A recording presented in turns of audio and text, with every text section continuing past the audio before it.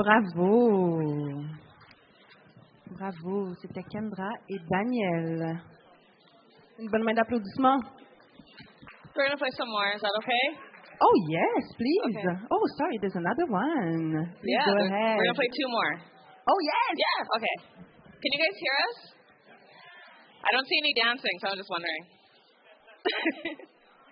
All right, we're going to play a couple more.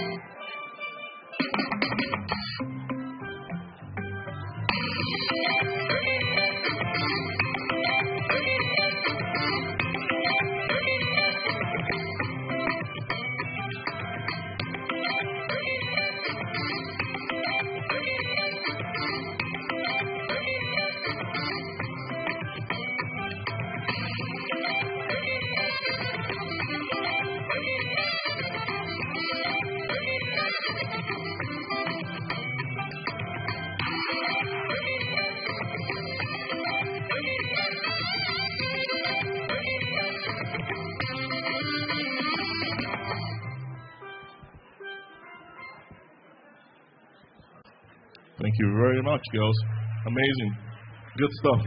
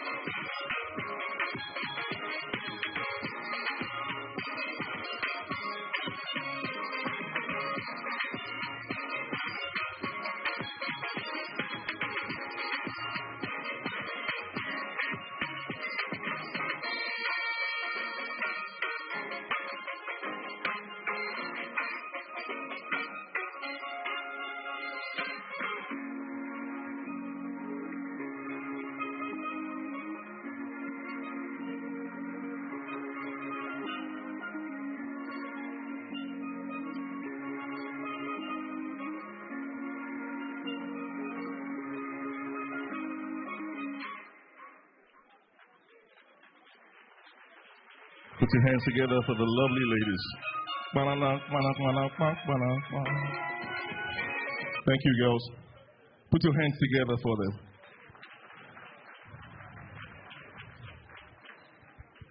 Okay, so our next performer is Stephanie Burley. Stephanie was born in the U.S. Was born in the United States of America in California. Stephanie has worked for many non-profit organizations over the years, including Catholic Social Services, as a family unification worker from 1998 to 2002, housing service worker, the Family Shelter Network, and at Ball Street Community Center and Bissell Centers from 2002 to 2011. Stephanie is going to come and sing some real high notes for us. Ladies and gentlemen, put your hands together as I welcome the amazing Stephanie Burley.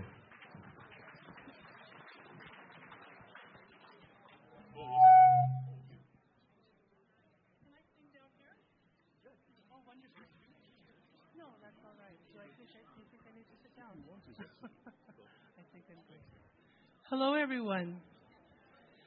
Well, I'm very happy to be here tonight and very happy to be a part of this International Women's Day. And as I look out, I see a lot of beautiful women and I see some very handsome and elegant men as well. So tonight and today is our day. I thought about some songs that I wanted to sing, and I wanted it to hopefully resonate with my background and the things that I do. I grew up in the church, like many people, from the diaspora. Our faith is what has seen us through. And in particular, my family and my people that came from the United States and went through the transatlantic slave trade. it was their faith and their songs and their singing that brought them through.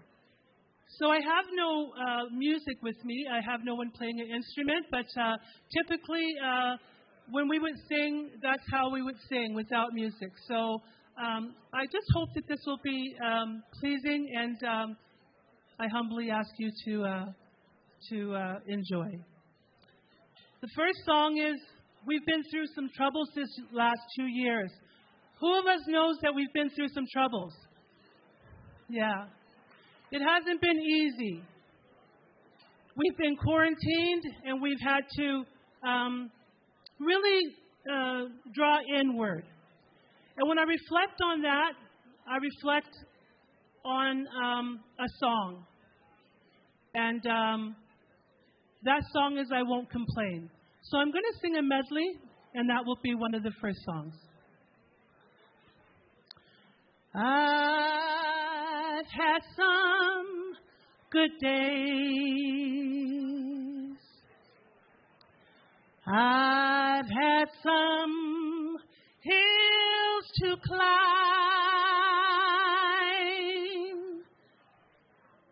I've had some weary days and some sleepless nights.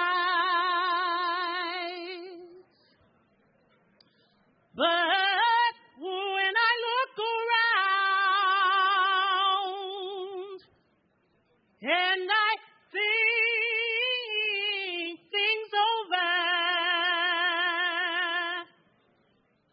all of my good days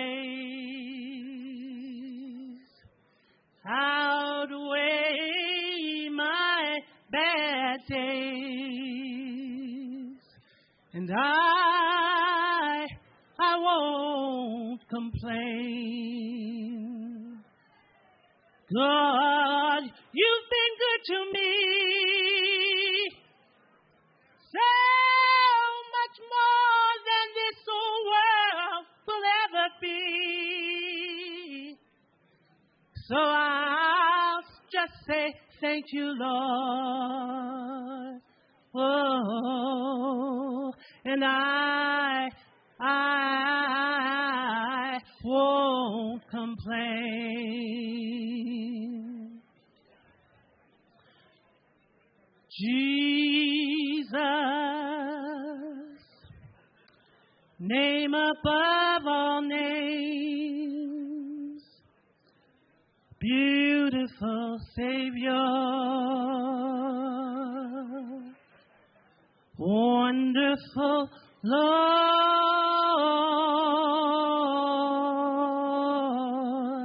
Emmanuel, God is with us, blessed Redeemer,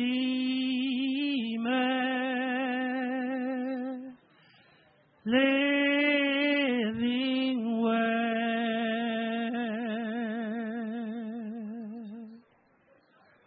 I see some beautiful people out here today, and I really want to lift up the women today. So I'm going to sing that you are so beautiful. And when I sing this song, I want you to think about the women that are in this room and the women that are in our lives. Sisters, mothers, friends, workers.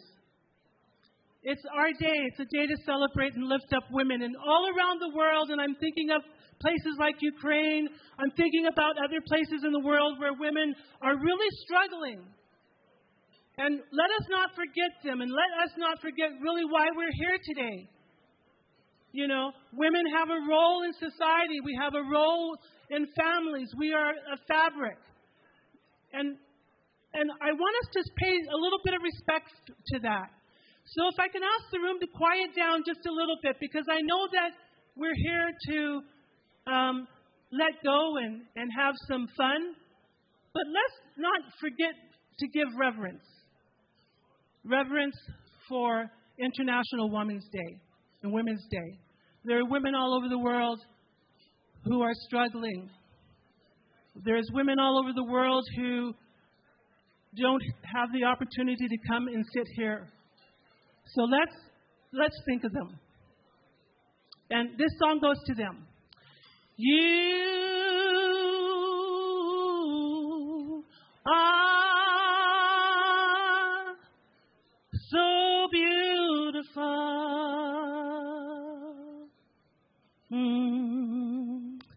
to me.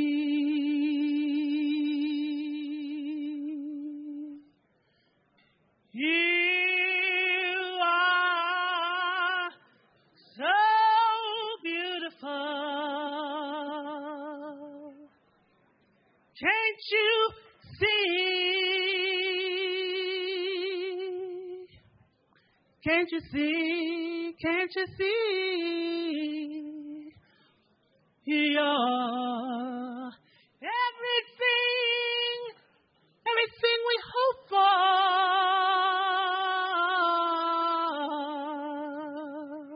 You're everything we need, and you are so beautiful. Yes, you are. You're a dream.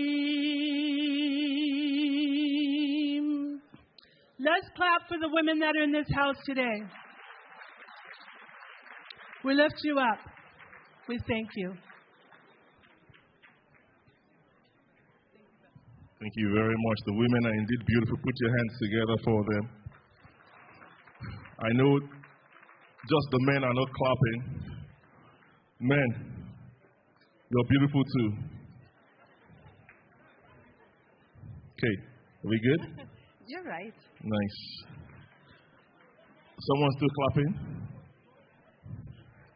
Now we're going to start having the speeches from our very important dignitaries tonight.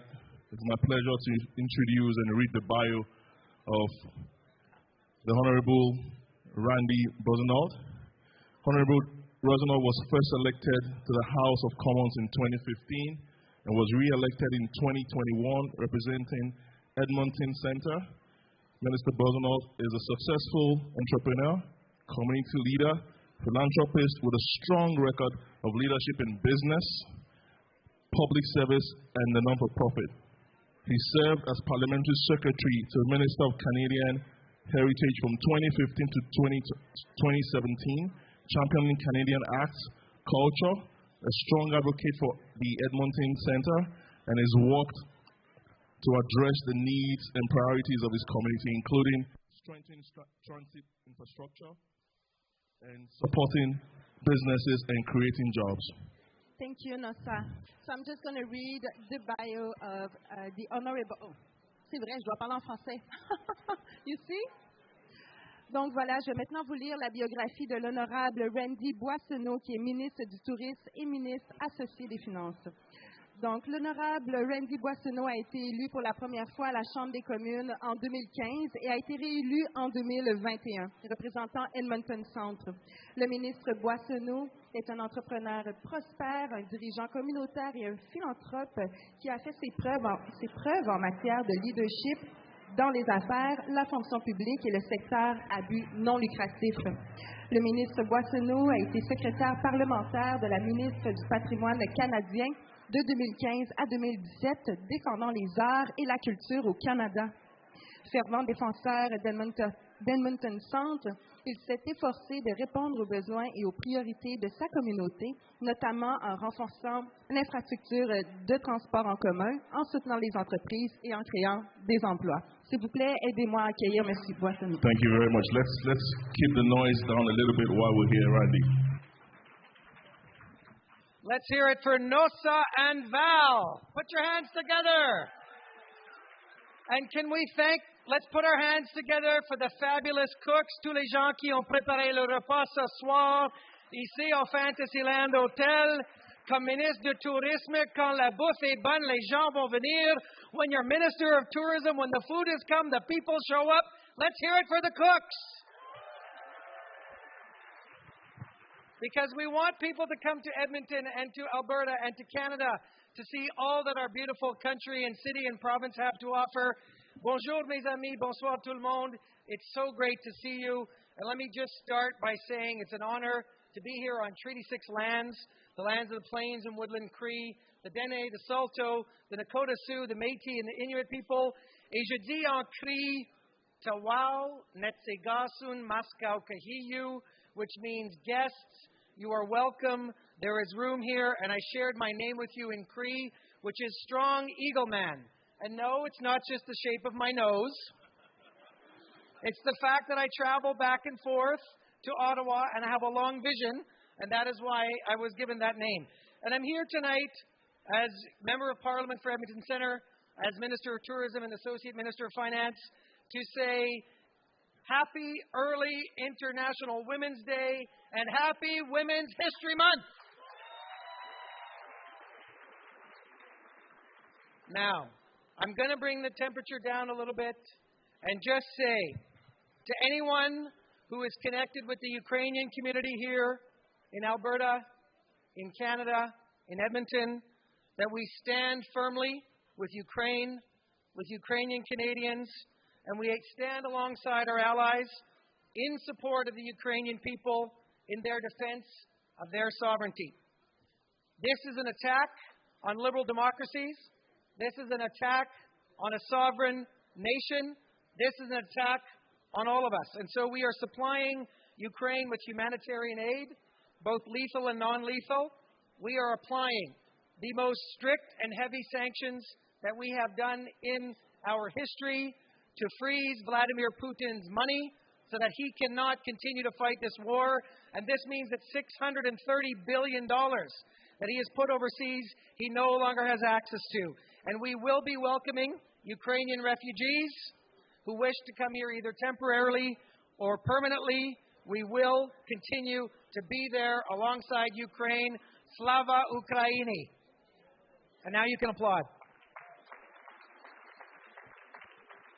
So friends, we just wrapped up a fantastic Black History Month, where all month long we saw Black Canadian women making history across the world at the Olympics and right here in our own city. And I'm delighted to be here tonight with you to carry on these celebrations and to celebrate Black Canadian women in action. Can we just say that one more time, please? Black Canadian women in action! So in addition to offering community and business services, BCW is a career hub where Black women can feel empowered to seek employment in sectors and industries where we need more representation. And I know the Government of Canada is supporting. And I want to thank Lisa Leckie and the Department of Prairies Canada, who is supporting Black Canadian Women in Action. She's here tonight, and we don't often thank Federal Public Service. But Lisa, you're here, so wave so everybody can see you. And I would like to say, if you haven't met her, then you don't know who's at the core of Black Canadian Women in Action. Let us put our hands together for she who shall be obeyed, la reine mère, une force de nature, l'incroyable Jeanne Lemon.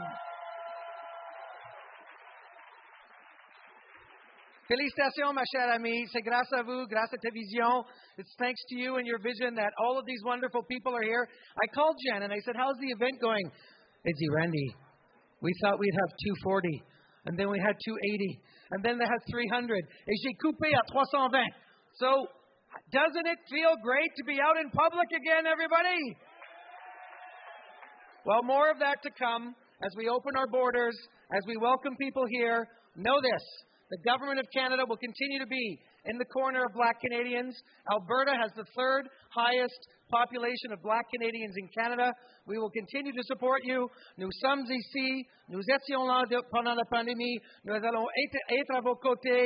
Nous sommes ici pour vous. Je sais que vous êtes ici pour nous. Let's have a good time tonight. A little bit of partying. Okay, that must mean the dancing is coming. Chers amis, merci beaucoup. Have a great night. À la prochaine. Merci, Randy. Put your hands together, ladies and gentlemen. We have a nice and beautiful community. Yeah. Minister Randy, I don't know how I'm going to follow that speech, but we'll try. Okay, the next honorable that I'm about to invite to the microphone is Minister Casey Madu. It's a minister. Yeah, you can clap. Thank you very much. So Minister Madu was elected to the Legislative Assembly of Alberta on April 16, 2019 as the MLA for Edmonton Southwest. On February 25th, 2022, he was appointed as Minister of Labour and Immigration. Congrats to that, sir. He's previously served as Justice Minister and Solicitor General. A loving husband and father of three, Madu was born and raised in southeastern part of Nigeria. In 2005, he and his wife migrated to Canada. Madu has been a lawyer for 16 years, practicing both in Nigeria and Alberta. In addition to running TESOL Law Office with his wife, he worked for the Legal Aid Office in Alberta and volunteered for the Edmonton Community Legal Center and the Lawyer Referral Program of the Law Society of Alberta. Ladies and gentlemen, welcome Minister Madu. You want to do the French? Okay. You want?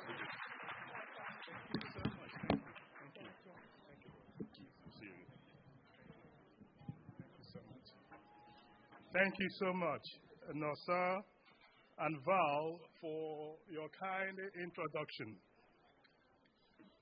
Good evening, everyone. Bonsoir, mes amis.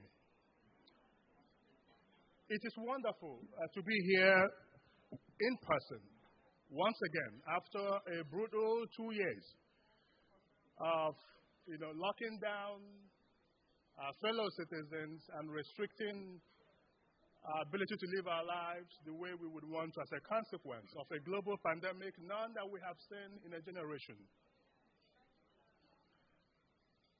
It is heartwarming to see all of our faces once again without the mask. Thank you. Thank you. In the course of the last 2 years, since the province and the various governments imposed the mask mandate, it was difficult to even recognize your friends. And sometimes I run into friends on the street in malls. It was difficult to recognize them. So I am one of those your fellow citizens who is so thrilled that finally that the mask mandate will be a thing of the past. As you know, I recently took on a new role in Cabinet as the Minister of Labour and Immigration for our province. As Nosa said, previously I served as the Minister of Municipal Affairs as well as the Minister of Justice and Solicitor General for our province. Women have faced more significant employment challenges during this pandemic. And that is why I'm so thrilled to be here to offer my support on behalf of not just myself and my family, but on behalf of your provincial government and your Premier, the Honorable Jason Kenney. As our economy recovers, I am happy to say that your government continues with the help of our training partners and job creators to support training and employment programs that help Alberta women adapt to changing times and gain the skills they need today and for tomorrow. Whether it is through Alberta Jobs Now, integrated training programs, self-employment training, transition to employment services, or the Canada Alberta Job Grant, where we have seen more than 1,600 women access training so far in 2021-2022. These programs all have a common goal: to help women discover opportunities to re-enter the workforce, to diversify their skills, and to increase their participation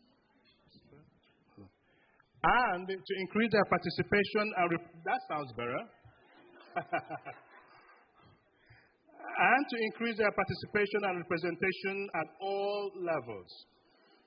I know that all of you here tonight share that goal through your Black Canadian Women Business in Action, a career hub initiatives.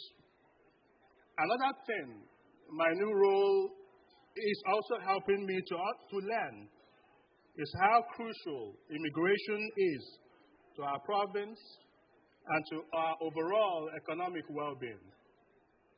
For some of you, as for me and my family, immigration for the purposes of employment is a part of all our story.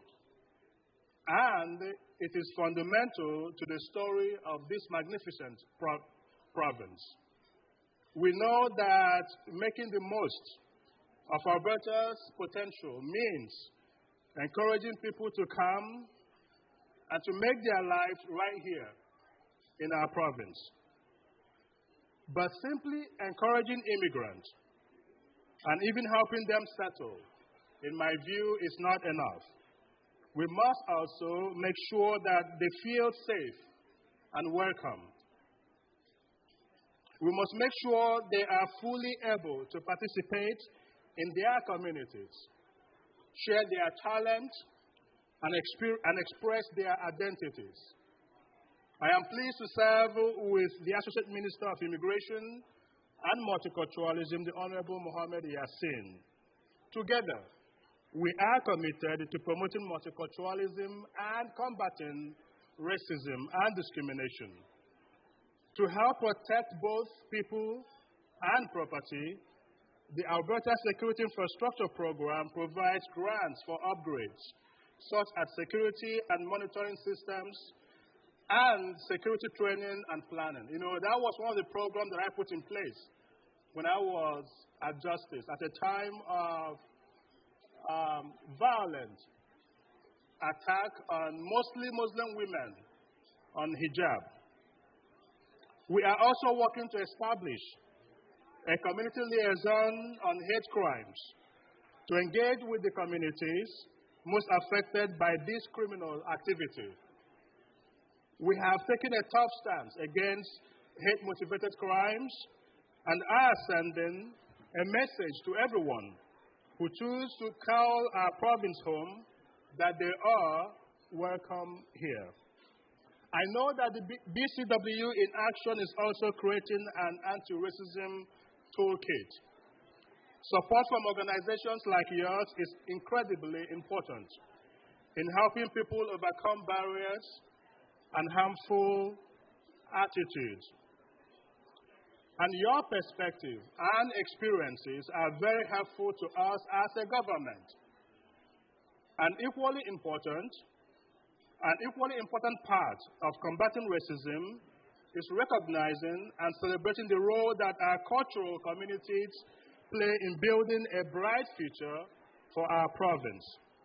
The wealth of talent, unique perspectives, and entrepreneurial energy that our diverse communities bring to our province play an important role in economic recovery and in making our communities and our entire province a better place to live.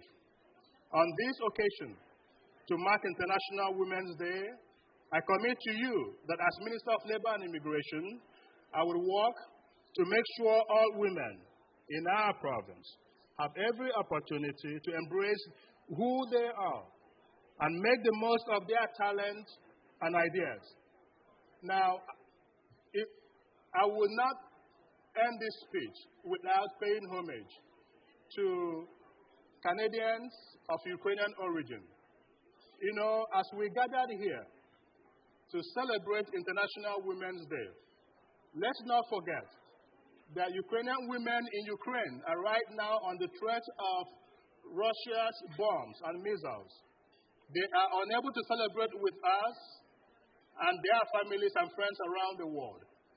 Let's come together for the people of Ukraine and for Ukrainians in our province. You know, our province was built by folks from Ukrainian origin. We have approximately 345,000 Ukrainians right here in our province. And so let's stand united against what is going on in their homeland, in their effort to defend their territorial integrity, to defend the rule of law and democracy. Let me end by thanking the Executive Director of BCW, Jan Lehman, for her incredible leadership. Thank you. Let me also thank the board chair, China Obwenna, for all that they do, for all the volunteers, the board of directors, and everyone who've made today an exceptionally wonderful evening. Thank you so much, and God bless. Right?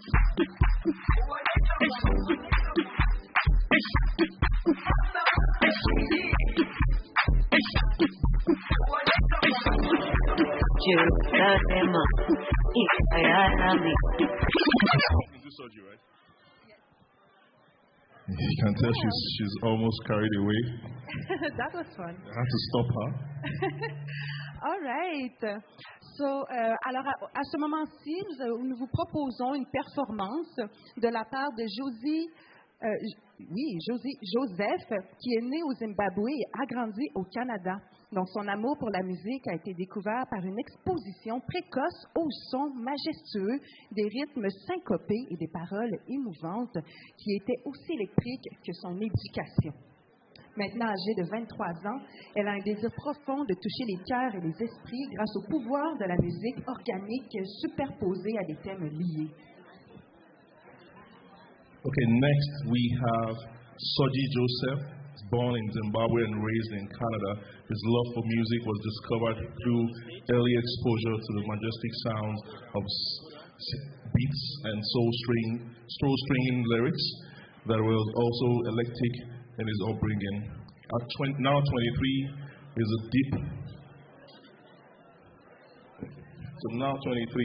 is a deep-seated desire to touch hearts, minds through the power of organic music layered with relatable themes. Ladies and gentlemen, Soji Joseph. Une main d'applaudissement. Good. Check. How's everybody feeling tonight? How we feeling? So I want to thank you guys for having me up here tonight. I'm going to perform one song from my EP, Media You 2.0. So, I'm an Afro artist from Edmonton, living in Edmonton, but I like to switch it up. So this song is going to be really slow. So yeah, let's get into it.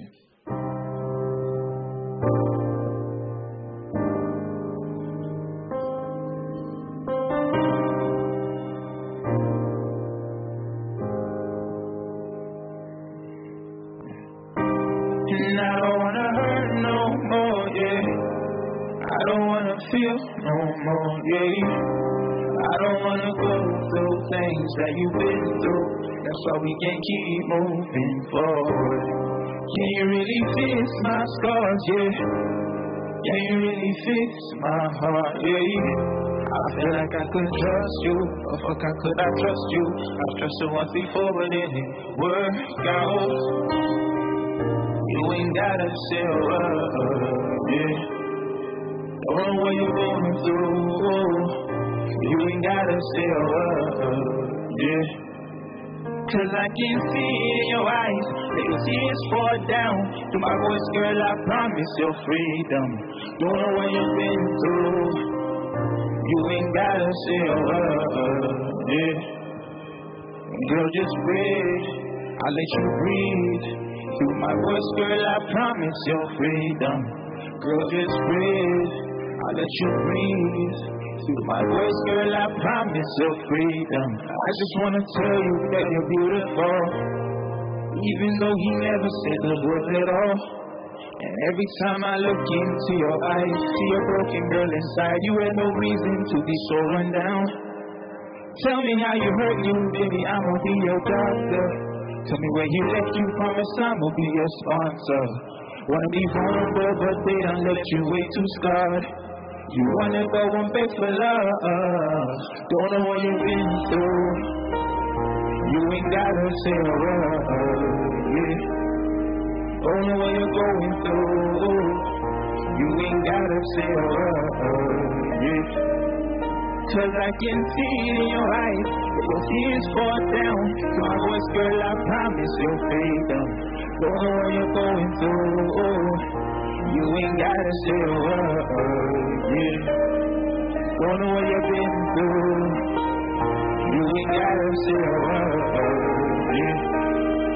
Don't know what you're going through, you ain't gotta say a word, yeah. 'Cause I can see it in your eyes, your tears fall down. To my voice, girl, I promise you'll freedom. Don't know what you're going through, you ain't gotta say, you ain't gotta say, you ain't gotta say a word, yeah. Thank you so much. I'm Soji Joseph.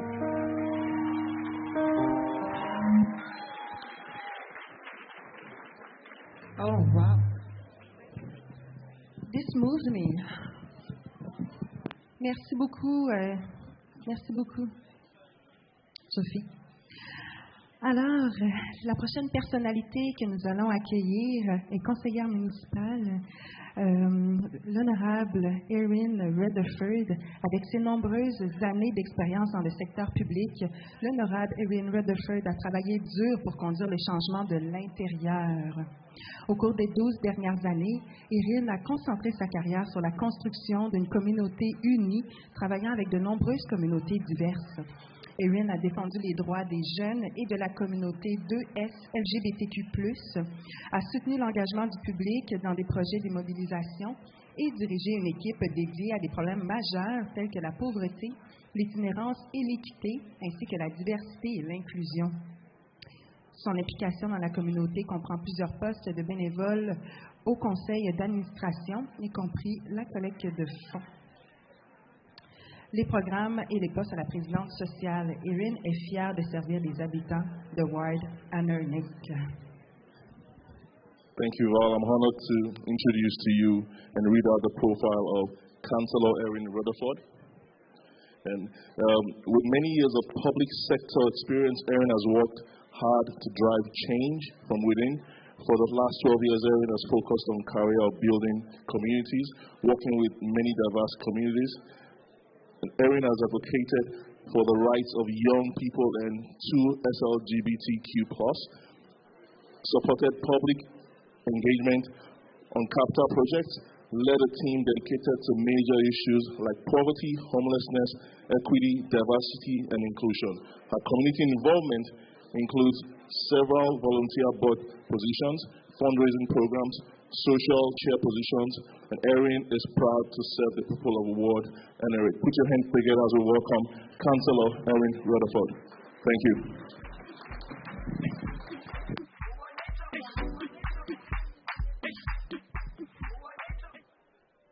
Maybe that one would be better.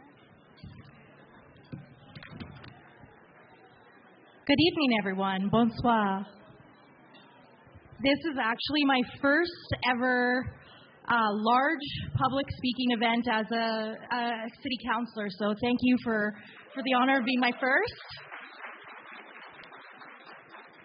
I'm really grateful tonight to be here with such amazing, incredible community leaders. As was mentioned, I'm so passionate about community building and community development, and I see it in every conversation that I've had so far this evening, and I'm looking forward to hearing even more.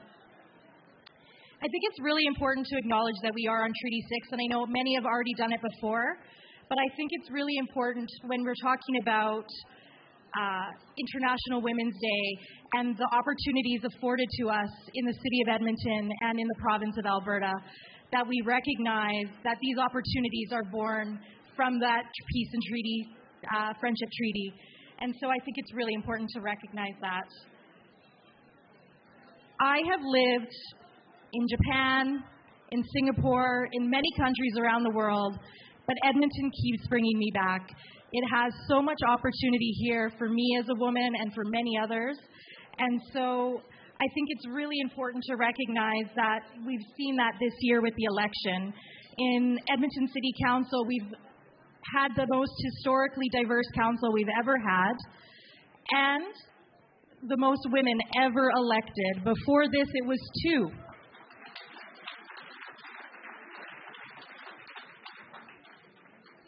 I think we still have some ways to go, and I hope that we continue to break the bias and hope to see some more diversity in the next upcoming council as well. I think it's really important to highlight that since this council's been elected, we've really prioritized anti-racism work because we do know that systemic racism does exist, and we're seeing it in the institutions that we're here to steward.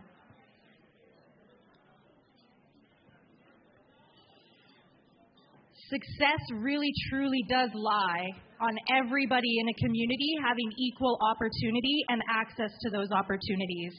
And until we address systemic racism, those opportunities are not equal for all. And thank you. But I'm here representing my council colleagues, and I would like to highlight that we are committed to doing that.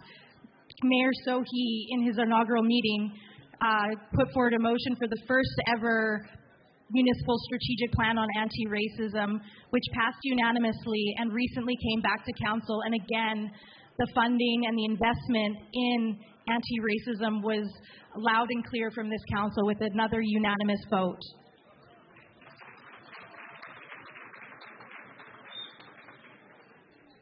This strategy will create partnerships, create an independent and autonomous anti-racism body, as well as create high-level influence within the City of Edmonton as an organization to be making sure that our work as a city is innately anti-racist.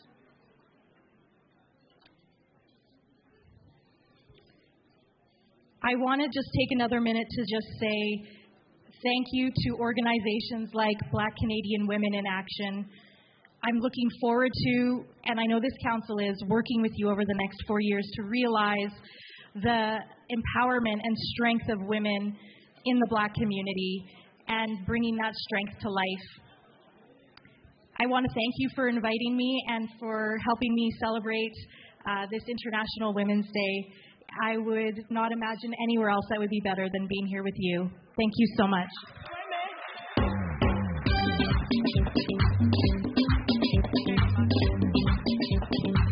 Everybody, Guardia! All right. I think it's a good time to bring back the fact that we have actually a tool against the racism. We spoke about it earlier, so I would invite you to scan the barcode, the QR code, sorry. Yes, salam. So, yes, I will invite you to participate. This is important. Thank you very much for that, Val. And thank you. Okay. Thank you. You want me to go ahead?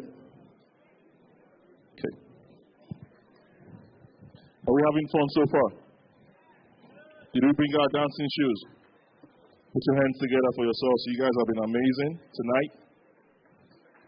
And ladies, if you're feeling some pain in your feet, it's time to bring out the sandals in your bags. And you can wear them now. All right. Thank you very much. Now we've got another very important speech from the Honorable Mercy Ann. Now, she's not here today, but we've got someone representing and reading that speech. But before we invite Mopile Singer, I'd just like to read her bio quickly. Although the Honorable Mercy Ann is unable to make it with us tonight, she is asked for her speech to be read. Mercy Ann served as a member of Parliament for Toronto Centre since October 2020. And she's devoted to as a community leader and passionate advocate of vulnerable communities in Canada and around the world. Prior to being elected at the House of Commons, she has an award-winning career in journalism and television that spanned 3 decades. Minister Ian has worked as a mentor with underprivileged youth with Trust 15 and an after-school program based in Etobicoke area of Toronto and in La Loche, Saskatoon. Following the shooting of at the Den High School in 2016, she's also supported students from these communities by co-founding a new scholarship at the RTA School of Media at Rising University.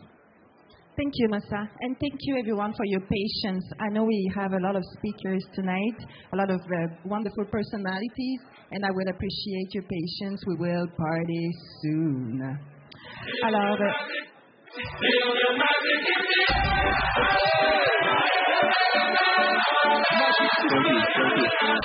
Thank you.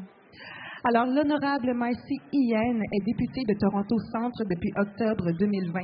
La ministre Ian est une leader communautaire dévouée et une défenseuse passionnée des communautés vulnérables au Canada et dans le monde.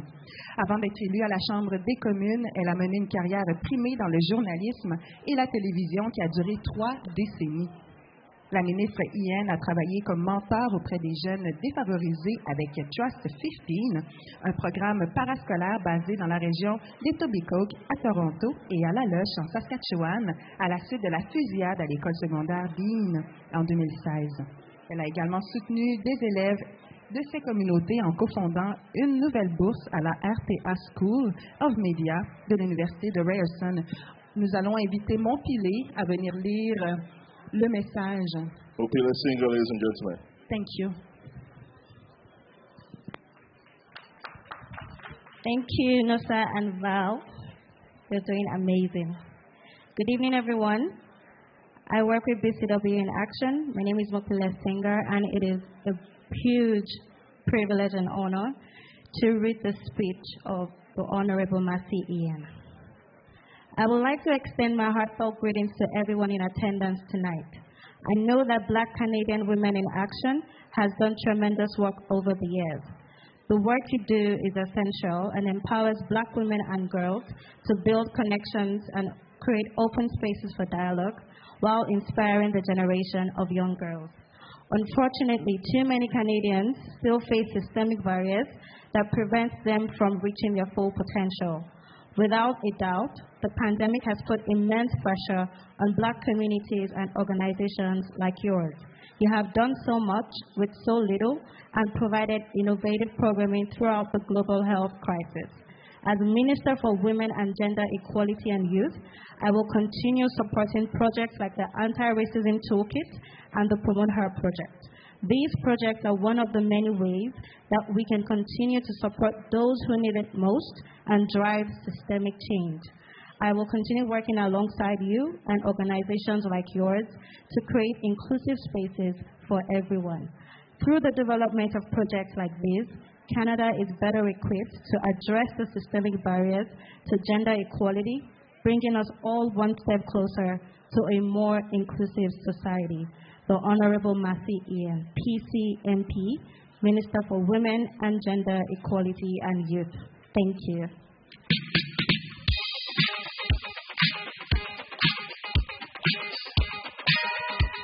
Thank you, Montpilé, for that. Okay, so the next act, I'd just like to crave your indulgence to please keep it down so we can have a good time. Thank you very much. Thank you. Thanks. Okay, so this next act is one I am fascinated by. In fact, this one and Karima and I have an album together. Come on. In 2027. Ladies and gentlemen, Karima presents a dramatic soul and explores heartbreak, triumph over tribulations. In a soaring and wide range, Karima breaks your heart from it back and brings it back again, okay? Forms it back again. Reveals the soul in a motto, confronting your demons and have sound so beautiful and never sound so beautiful. Sorry, just, ladies and gentlemen. Yes. Alors, pour moi, c'est vraiment un honneur de présenter, d'introduire Karima, qui est une artiste que j'admire énormément, une amie, une femme avec qui j'ai eu la chance de travailler à plusieurs reprises. Alors, Karima présente une âme dramatique qui explore le chagrin et triomphe sur les tribulations. Dans une gamme vocale envolée et large, Karima vous brise le cœur et le reforme à nouveau. Révéler pour guérir est sa devise. Affronter vos démons n'a jamais semblé aussi beau.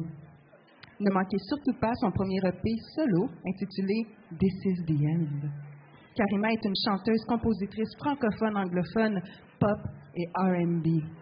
S'il vous plaît, aidez-moi à accueillir Karima. Merci beaucoup. Merci beaucoup. Hello, everybody. I am Karima. Can I get a hey?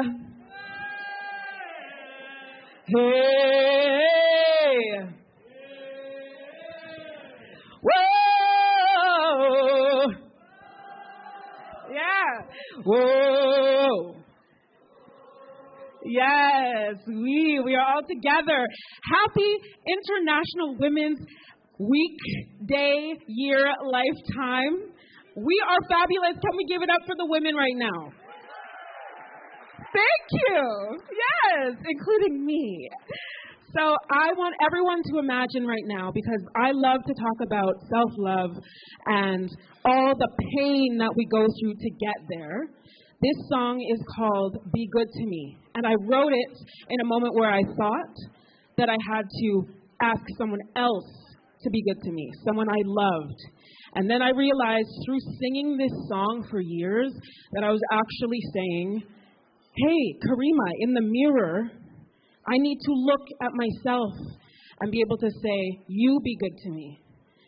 Because you're perfect the way you are, and that's all you'll ever be. Can I give it up for the perfection that is women? How amazing! Yes, women, we are incredible, and I am so honored to be here. So thank you so much. This song is called Be Good to Me. It is off my upcoming EP. Please come see me outside afterwards. And thank you, Mets, for just laying down the beats tonight. Let's give it up for you. Yes. Ooh, when you look in the mirror, yeah, you're gonna be proud of yourself.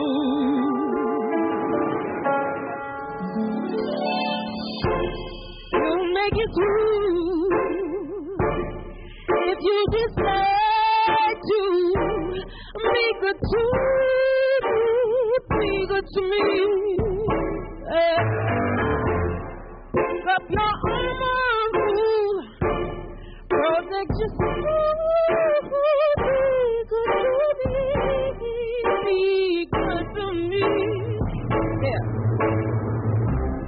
I see all your doubts. Coming nearer. Watch where you aiming. Whoa, whoa. Your breath can grow. Don't you know? Don't you know? Don't you know? Don't you know? Don't you know? Don't you know? Oh, I know that at night I'll be vision. See what I see. See what I see. So, there come a day that you're perfect. Oh, you better notice. Perfect is all you better be. Love, love, love, love, love, love, my love, my love, my love. Oh, yeah. Take my hand, and I promise you, yeah, yeah. Be good to you. You know it's again. When I go, that you're perfect. Oh, never morning, perfect is all you're gonna be.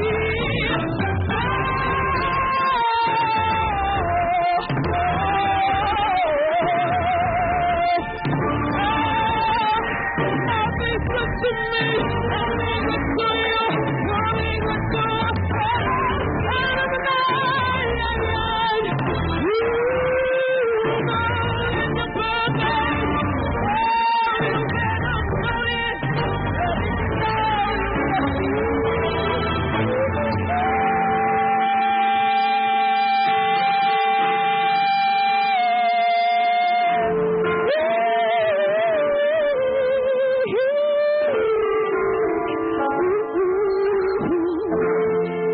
You're the last one to say, I've been the first one to forget.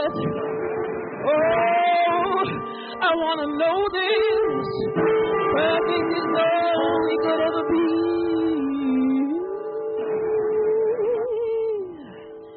Thank you, everybody. My name is Karima with a K. Please come see me outside. And thank you for having me. BCW, give it up. Together. Clearly, Karima, that's not the song you and I composed together. This one is better. Wow. Put your hands together for amazing stuff. Magnifique. Merci. Alors, notre prochaine invitée, notre prochaine personnalité, l'honorable Janice Irwin, a été élue pour représenter Edmonton Island Northwood en 2019. Janice est actuellement whip adjointe de l'opposition officielle et porte-parole pour les femmes et les questions portant sur 2S LGBTQ+. Avant d'être députée, Janice a consacré plus d'une décennie au domaine de l'éducation, où elle a travaillé pour Edmonton Education en tant que gestionnaire principale aux études sociales, puis en tant que directrice générale du programme d'études secondaires. Au fil des ans, elle a été membre du conseil d'administration de plusieurs associations à but non lucratif et a fait du bénévolat auprès de plusieurs organisations. Thank you, Val. So, pleasure to introduce the Honorable Janice Irwin, MLA for Edmonton Highlands Norwood, and the official opposition Deputy Whip and the critic for women and LGBTQ2S+. Janice was elected, oh my God, this is good. Janice was elected to represent Edmonton Highlands Norwood in 2019. Janice is currently the official opposition Deputy Whip and critic for women and LGBTQ2S+ issues. Prior to serving as an MLA, Janice devoted over a decade to the field of education, where she worked for A Better Education as a senior manager of social studies and the executive director for high school curriculum. She started her career in rural Alberta as a high school teacher and as a vice principal. Over the years, she served as a board member for several non-for-profit associations and has volunteered with a number of organizations. Janice enjoys an active lifestyle, spending her spare time running, biking, and exploring Edmonton's beautiful river valley. Ladies and gentlemen, welcome the Honorable Janice Irwin. If you care enough for the living, make a little space. Oh my goodness, okay. Wow, what an introduction. How the heck do I have to follow Karima there? Like, that, Jeanne, I'm demanding next year that I don't need to follow that incredible performance. I know I was talking with the ladies at my table, and we agreed that maybe I should start singing and dancing, but apparently the party can't start yet, so we'll wait. Anyways, thank you for that lovely introduction, and it is absolutely an honor to be here on Treaty 6 territory with all of you.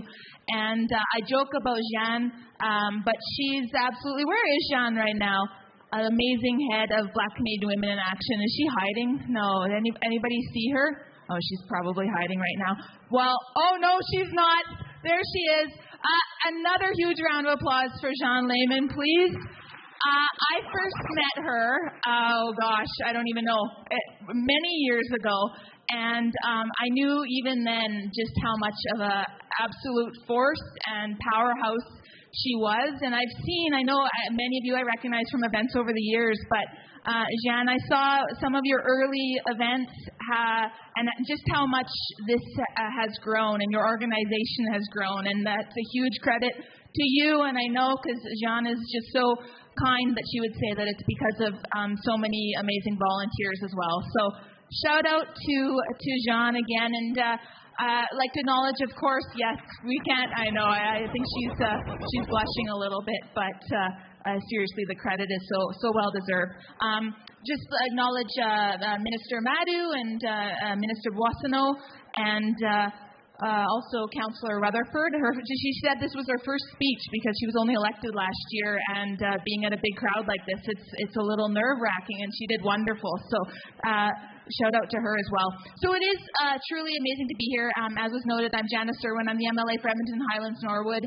I'm a proud member of Rachel Notley's NDP team, and I serve as a critic for Status of Women. And so when I was asked to be here, of course, I wanted to speak on behalf of just the important work that needs to be done to support women.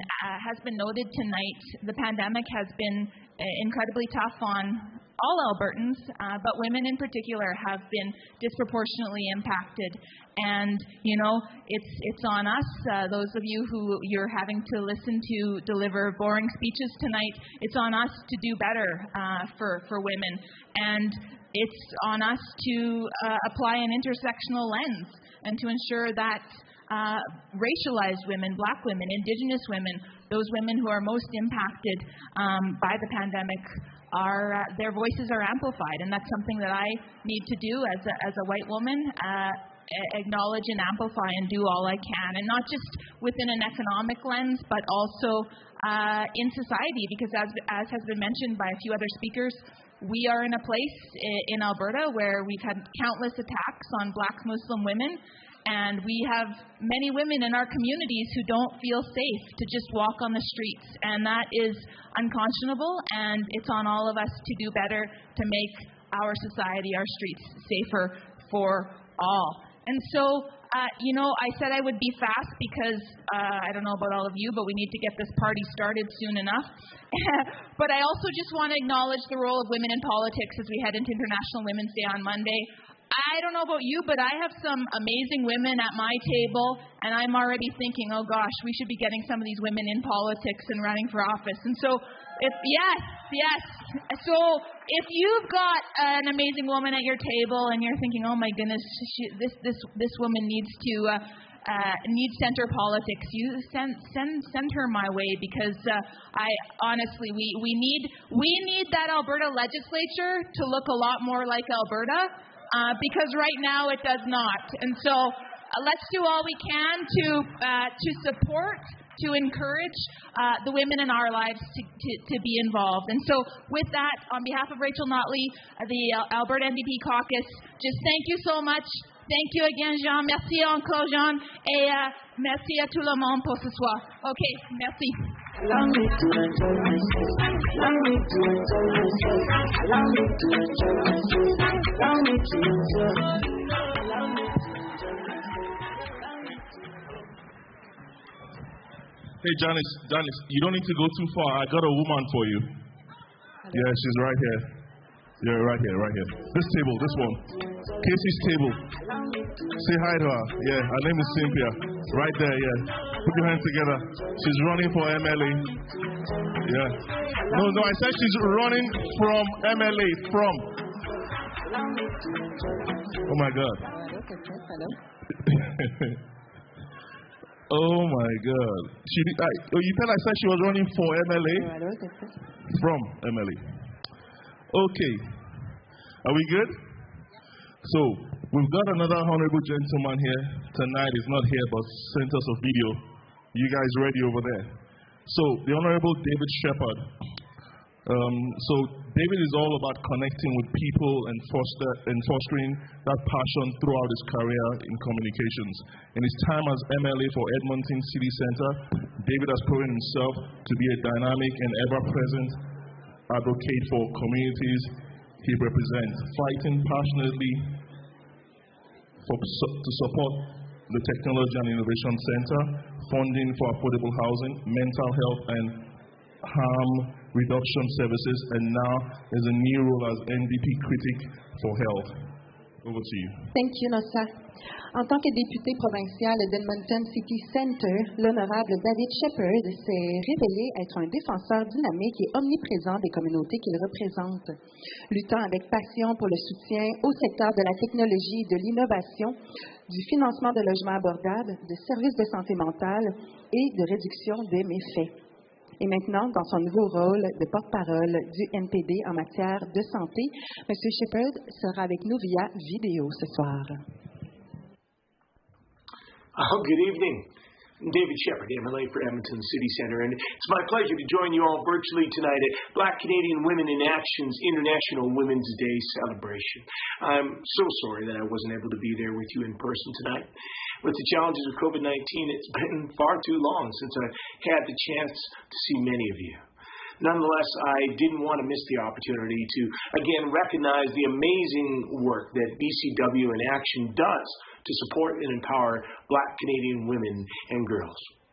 You know, our province has a history of strong Black women who've been leaders in their communities. Serial entrepreneur Annie Saunders, who had 3 businesses in and around Pincher Creek. Ms. Poston, an Edmonton mother who led the local Black community to protest discrimination at city pools. Lulu Anderson, who went to court to fight discrimination at a local theater. Hattie Melton, whose restaurant, Hattie's Harlem Chicken Inn, provided a safe, unsegregated community space and good jobs for young Black women.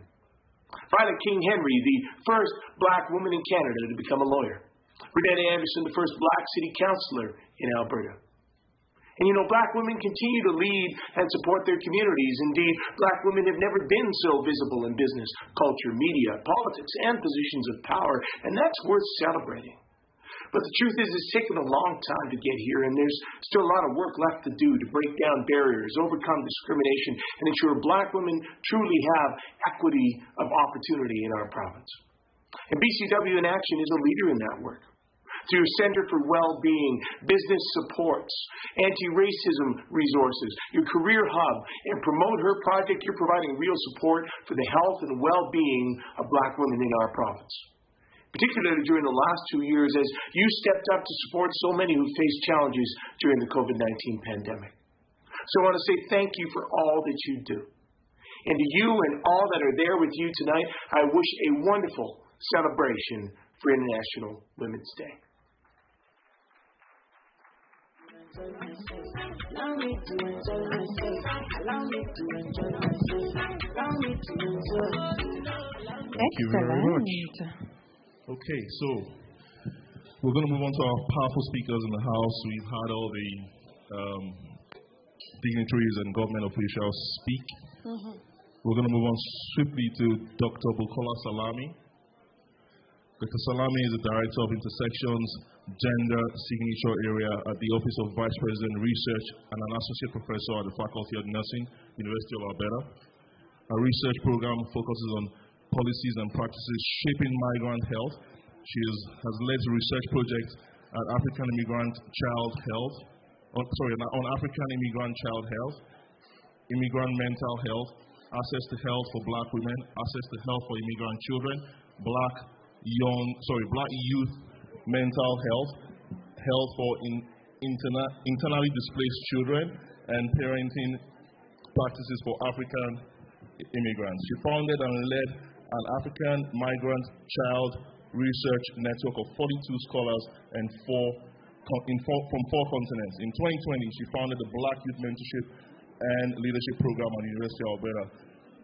And we'll hear about it in French. Absolument. Donc, la docteure Bukola Salami est directrice du domaine des intersections de la signature de genre au bureau du vice-président à la recherche et professeure agréée à la Faculté des sciences infirmières de l'Université de l'Alberta. Son programme de recherche porte sur les politiques et les pratiques qui façonnent la santé des migrants. Elle a dirigé des projets de recherche sur la santé des enfants immigrés africains, la santé mentale des immigrés, l'accès aux soins de santé pour les femmes noires, l'accès aux soins de santé pour les enfants immigrés, la santé mentale pour les jeunes noirs, la santé des enfants déplacés à l'interne et les pratiques parentales des immigrés africains. Ce n'est pas rien, là. Elle a fondé et dirigé un réseau de recherche sur les enfants migrants africains de 42 chercheurs de 4 continents. En 2020, elle a fondé le Black Youth Mentorship and Leadership Program à l'Université de l'Alberta. Son travail sur la santé mentale des jeunes noirs a mené à la création d'une clinique en santé mentale en Alberta. Son travail continue de servir et de protéger la communauté noire. Bienvenue.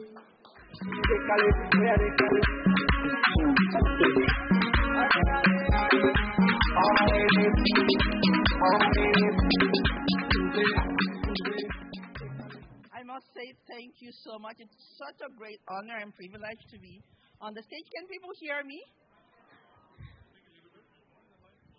Oh, okay. So thank you for the opportunity to be here today and to be able to speak to you. And I must first say I respectfully acknowledge that I'm located in Treaty 6 territory, traditional gathering place for diverse indigenous people, including the Cree, Blackfoot, Métis, Nakota Sioux, Iroquois, Dene, Ojibwe, Saulteaux, Anishinaabe, Inuit, and many others whose histories continue to enrich our vibrant community. I am very mindful of broken covenants and strive to make this right with the land, with each other, and with indigenous peoples of Canada. Many of us here have come here as settlers, and I myself am a settler. I'm an immigrant from Nigeria. Newcomers, either in this generation or in previous generation. I would also like to acknowledge those of us who came here as a result of the transatlantic slave trade, and therefore I honor and I pay tribute to ancestors of African origin and descent. As has been said, I'm Bukola Salami. I'm an associate professor at the Faculty of Nursing, University of Alberta. I'm also the director of Intersections of Gender, signature area of the university, which is one of five main signature areas of the University of Alberta. And my office is located in the Vice President Research Office. I am also on the board of and co-lead of the L Task Force of the Black Opportunity Fund and Vice President of the Black Physicians of Alberta. And do not ask me why I'm Vice President of Black Physicians of Alberta when I'm not a physician. I am actually a nurse, but someone decided that was appropriate. Today I would like to speak about improving the lives of Black women. We know that Black women experience several inequities, and this is compounded by socioeconomic inequities and also anti-Black racism. Black women continue to experience poor health outcomes, including higher rates of preterm birth. Black women are more likely to rate their health as poorer than white women. Black youth are also more likely to experience mental health challenges. Black women have a greater risk of developing cardiovascular disease than Black men. Income inequality contribute to health outcomes of Black women. Poverty is high among Black Canadians, and even though Black women from specific groups, such as West Africa and Central Africa, have one of the highest educational rates in Canada. So I should repeat that. Again, Black women, especially Black women from Nigeria, Cameroon, Ivory Coast, Senegal, have one of the highest educational rates in Canada. But that does not translate to improved economic outcomes.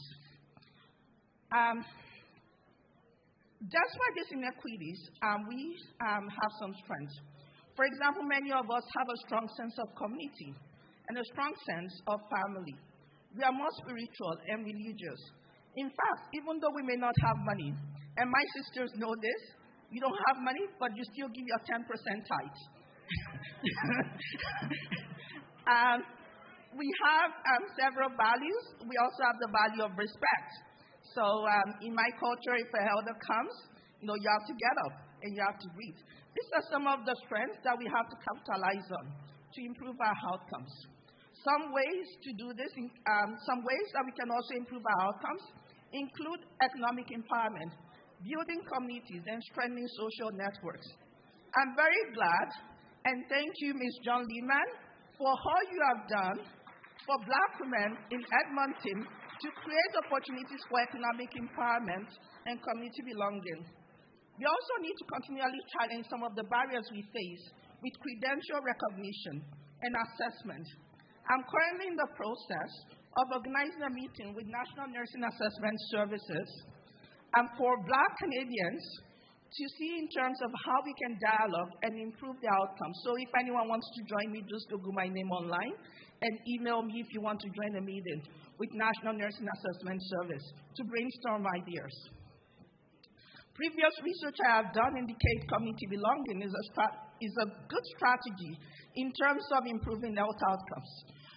And I am glad that Black Canadian women, through sessions such as this, is creating opportunities to improve community belonging within the community. One aspect that we continue to suffer from is our lack of networks. And I'm hoping that all of you will be able to exchange, even if it's people on your table or other people. We have some, great people here that you can exchange numbers from to begin to create a community belonging. Now I'll tell you a story. So I teach a course on policy, and I also teach a course on program planning. There was a student from Ghana during one of my courses that came, and she sent me an email. She said, Dr. Salami, I'd like to meet with you to talk about my assignment. So I arranged a meeting with her. She came to my office, and the first thing she said when she came to my office is, can I close the door? I'm like, yes, you can close the door. So she closed the door, and the first thing she said is, how did you get here?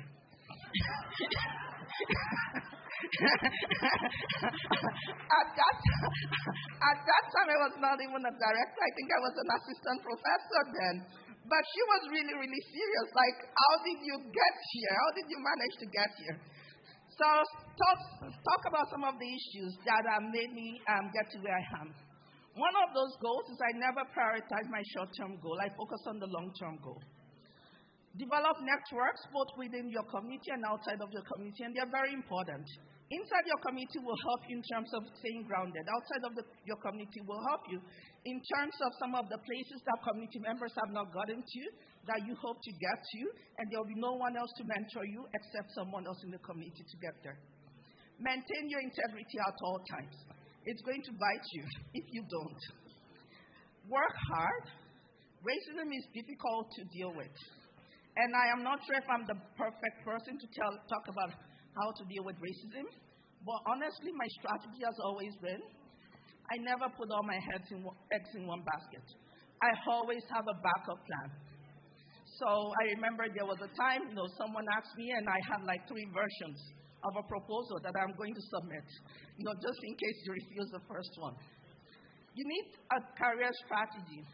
Volunteer in activities that will help you develop your skills and also make vital connections. Some people think, I don't want to volunteer because, I need to make money. But you also need to volunteer to be able to make money. All right? So make sure you volunteer. Now, I know the time is short. There are other things I wanted to say, and I will keep it short and not say it. But if I'm to say anything, we are all here in a party mode. It's good, but when it is time to vote, please let us show up just like we are here, fully and ready to vote. Thank you.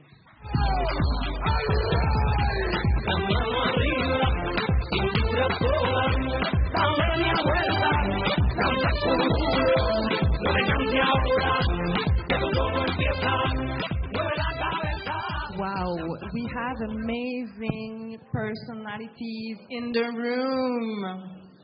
Yeah, thank you so much, Doctor. It was a very insightful one. Networking is key, and mentorship as well. So we're going to hand over quickly to another speaker today, Dr. Florence Glanfield, currently Vice Provost, Indigenous Programming and Research, and Professor of Mathematics Education in the Department of Secondary Education. She's an affiliated faculty member with the Center for Research for Teachers, Education and Development at the University of Alberta. She earned her PhD in 2003 studying mathematics teacher understanding as an emergent phenomenon. Alors, Dr. Glenfield est d'ascendance métisse du nord-est de l'Alberta. Les intérêts de recherche du Dr. Glenfield explorent les expériences que les individus, donc enseignants et apprenants, ainsi que les collectifs d'apprenants communautés, ont avec les mathématiques et l'apprentissage des mathématiques. La Dr. Glenfield collabore avec des collègues et s'engage à des projets de recherche avec les communautés autochtones canadiennes, les jeunes autochtones en milieu urbain, les mathématiques élémentaires et secondaires. Aidez-moi à accueillir la Dr. Glenfield.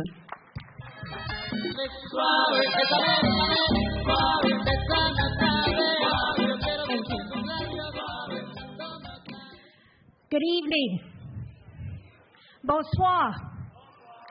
And for those of you that know some Swahili, habari za jioni. Yes! So, I've been asked to speak at this amazing gathering tonight to celebrate women and Black women in particular. I want to tell some stories because that's who I am. I am a sixth generation Métis woman from northeastern Alberta. And with all due respect to our honorable minister here that mentioned Ukrainians built this province, I'd like to take him back a few more generations and thousands of years and remember it was the Indigenous people who were here in this place called Canada and this now called place of Alberta. And it was those early Scottish and French fur traders that fell in love with those beautiful Indigenous women to produce who I am now, and I'm proud of it.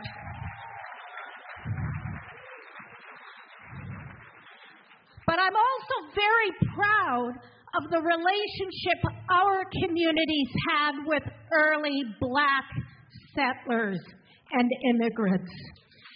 And to this day, we have beautiful intersectionalities of Black and Indigenous people, and we're proud.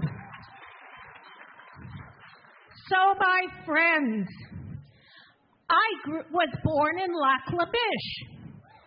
Lac La Biche was the first community in this province we now call Alberta that had a mosque.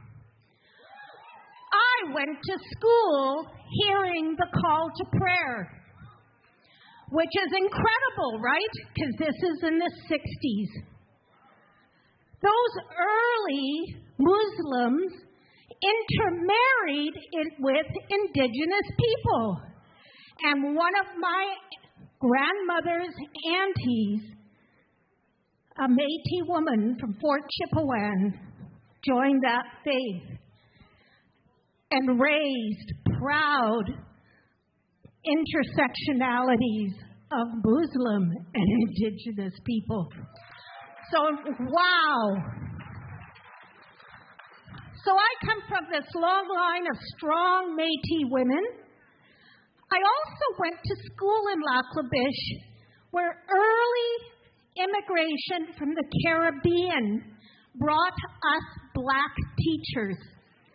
So in my little grade school in Little Lac La Biche, Alberta, there were female Black teachers who were single. And what a strength they must have been. Think about journeying from the Caribbean to take the jobs in rural Alberta. Because in rural Alberta at the time, we wanted to have highly qualified, educated kids. And I had the chance to learn from those women. Then I moved to Fort McMurray. This is in the 70s. That's where I graduated from high school. I was pretty excited to see that the BCW En Action might start a Fort McMurray group. Because in Fort McMurray during the 70s, we first of all had those descendants of the first African American settlers, because they were working in the area. There were descendants of the Caribbean immigration. And then in the 70s, the oil sands took off. And that was when we met our Black families and friends from African countries, like Ghana, like Nigeria, right? This is part of our history. So when I went to teach high school mathematics back in Fort McMurray in the 80s, I had those Black boys and girls in my classes. And it was then, one day, a beautiful Black girl in grade 10 came up and said, "Miss Glanfield, I'm tired of this racism." And I'll tell you, this is the 80s. And I knew racism around Indigenous people, but I had never thought about it with those beautiful children. I said, well, what kind of racism? Well, you know that phys ed teacher, she's got it in her head that because I'm a tall black girl, I can play basketball. And so this phys ed teacher is walking around wanting this girl to play basketball. She said, Miss Glanfield, have you ever seen me run? I don't run. I won't be playing basketball. But I want you to know that this is the relationships that I've had a chance to experience in my growing up here years and in my early years. I arrived at the University of Alberta in the 1970s. I said to my first professor, I'm Native and I'm in the math program. His comment was, I didn't think you people could do mathematics. So what's a 17-year-old going to do? At that point, she's going to be quiet. She's not going to talk about who she is. And yet her Métis mother, her Métis grandmother, great-grandmother, they were all told her to be proud. Be proud of who you are. Walk with your head high, my girl. So you had to dig hard because these were the types of things that happened. And they still happen to some of our students. You know the stories that happen in classes. So we have to combat racism, and especially for Black and Indigenous communities. Now, you know what? I can tell stories. So what I do want to tell you is the story of my dress. The musician, we're going to get cut off here. I'm going to have to dance out. But anyway, I want to honor the beautiful women who have made my dress. A fundi, and in Swahili, that's a master engineer is what I called her, in Dodoma. I took this fabric because I had a chance to travel back and forth with a project with my dear friend and sister, Dr. Joyce Ngambello. And she and I, along with another friend, Dr. Elaine Simt, had this opportunity to fulfill a dream we had when we were doing PhD studies together. Our dream was to work with Joyce in Tanzania. And in 2010, we had the opportunity. So we worked with a university in Tanzania to work on improving mathematics education in rural and remote Tanzania. I met this fundi in Dodoma. She didn't have any measuring devices. She had a piece of cloth. She called me Mama Canada. She took my measurements. And every time I visited a village or worked with teachers, I was given beautiful African fabric. And she would talk to me and to say, yeah, you women in North America, you don't know color. So I decided to buy her this fabric one day. And I took over a bunch of this fabric from Canada. I said, I want you to have a dress of it, and I want me to have a dress of it. So she made me this dress. And it's beautiful because it's got turtles and beadwork and dream tweezers. But it was made by this amazing woman in Dodoma with no power. No, her iron, she went outside to the coals and she put the coals in her iron. And that's how she ironed. So then the earrings were made by a beautiful Indigenous woman here. And the work is exquisite. These are the women that we celebrate, and we should be celebrating on International Women's Day. Because without that beautiful fundi in Swahili, right, fundi?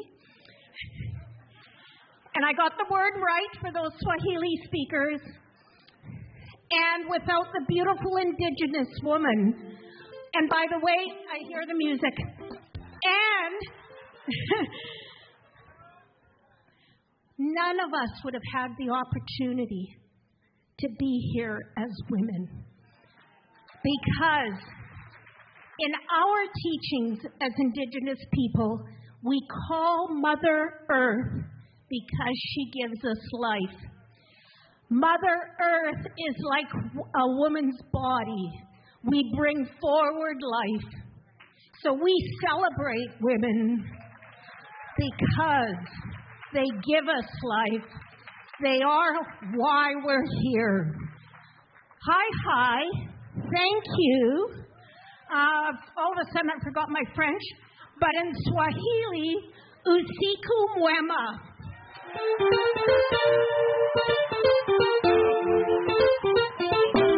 Put your hands together, ladies and gentlemen. Yes, you can stand if you want to. Okay, wait. DJ Kill. Dr. Gospel. Wait. Thank you so much. Thank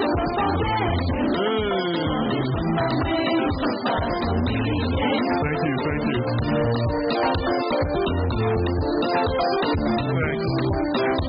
DJ Killer.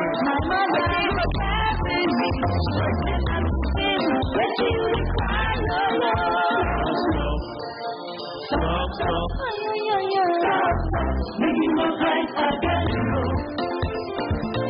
Thank you. Merci, mon Dieu. Dr. Garfield, I like your spirit, I like your stories, and most of all, I like your master of Swahili language. Now, I kind of feel a little bit sad that you've not spoken any Nigerian languages. So I'm going to teach you. No, that's not Nigeria. Okay? And segue to fufu is amala. So what I want to say is mufeje amala. You want to try? Mufeje amala. Mufeje amala. Let's try again. Mufeje amala. Put your hands together. So I'll tell you what that means. So in Nigerian food, we've got a few siblings. So amala is the first cousin of fufu. So you know fufu, then you know amala. Okay. So are you in Edmonton? Okay. In where? Okay, nice. So sorry, ma. Please, a pot of egusi soup with the amala. Put your hands together for I love you. Thank you. We'll get us some egusi. Oh my God. Okay, we've got a few more, one more performance and two more speeches, I guess. Yes. Okay, you dance. I know 2 years is not a joke.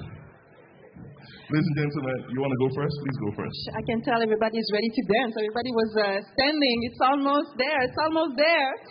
So, pour le moment, on a une belle performance au menu. Je crois que vous allez adorer. Je vous présente Dan Denis Ndala, qui a choisi Two Moods comme pseudonyme afin de communiquer le concept de la dualité des éléments dans l'existence. En coulisses, Two Moods est étudiant en psychologie à l'Université de l'Alberta. Originaire du Congo-Kinshasa, résident maintenant à Edmonton, l'artiste est actif sur la scène musicale canadienne depuis l'été 2015. Son amour pour la musique et son admiration pour la langue française sont les éléments qui l'ont motivé à poursuivre une carrière musicale. C'est un rappeur francophone qui fait surtout du hip-hop, mais qui aime insuffler des influences africaines dans sa musique. Thank you very much. So, Two Moods. His real name is Dan Denis Ndala. On stage, he chooses Two Moods as a pseudonym in order to communicate the concept of duality of elements in existence. Originally from Congo-Kinshasa, now residing in Edmonton, the artist has been active in Canadian music since summer of 2015. His love for music and admiration for the French language are elements that have motivated him to pursue his musical career. He's a francophone rapper who has mostly hip-hop but likes an infusion of African influence in his music. Ladies and gentlemen, Two Moods.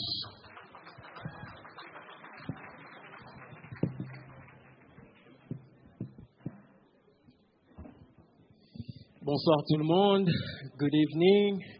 Je m'assois parce que la chanson que je vais performer ce soir, elle est un peu plus intime, donc je préfère être assis si ça ne vous dérange pas.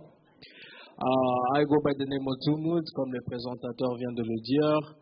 I'm a hip-hop francophone artist. I'm also a student, a psychology student at the University of Alberta, Campus Saint-Jean.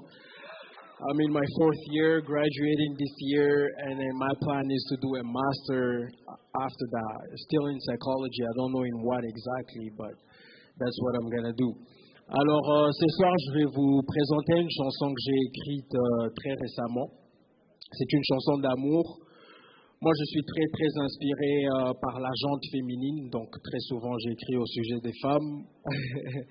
La romance... parce qu'une femme, pour moi, je respecte beaucoup. Hein. Mon premier amour, c'est ma mère. Je l'aime beaucoup. Une femme, c'est une mère, c'est une épouse et c'est une sœur. Pour moi, ça, c'est le meilleur des dictons. Donc, DJ, parcours. Ouais.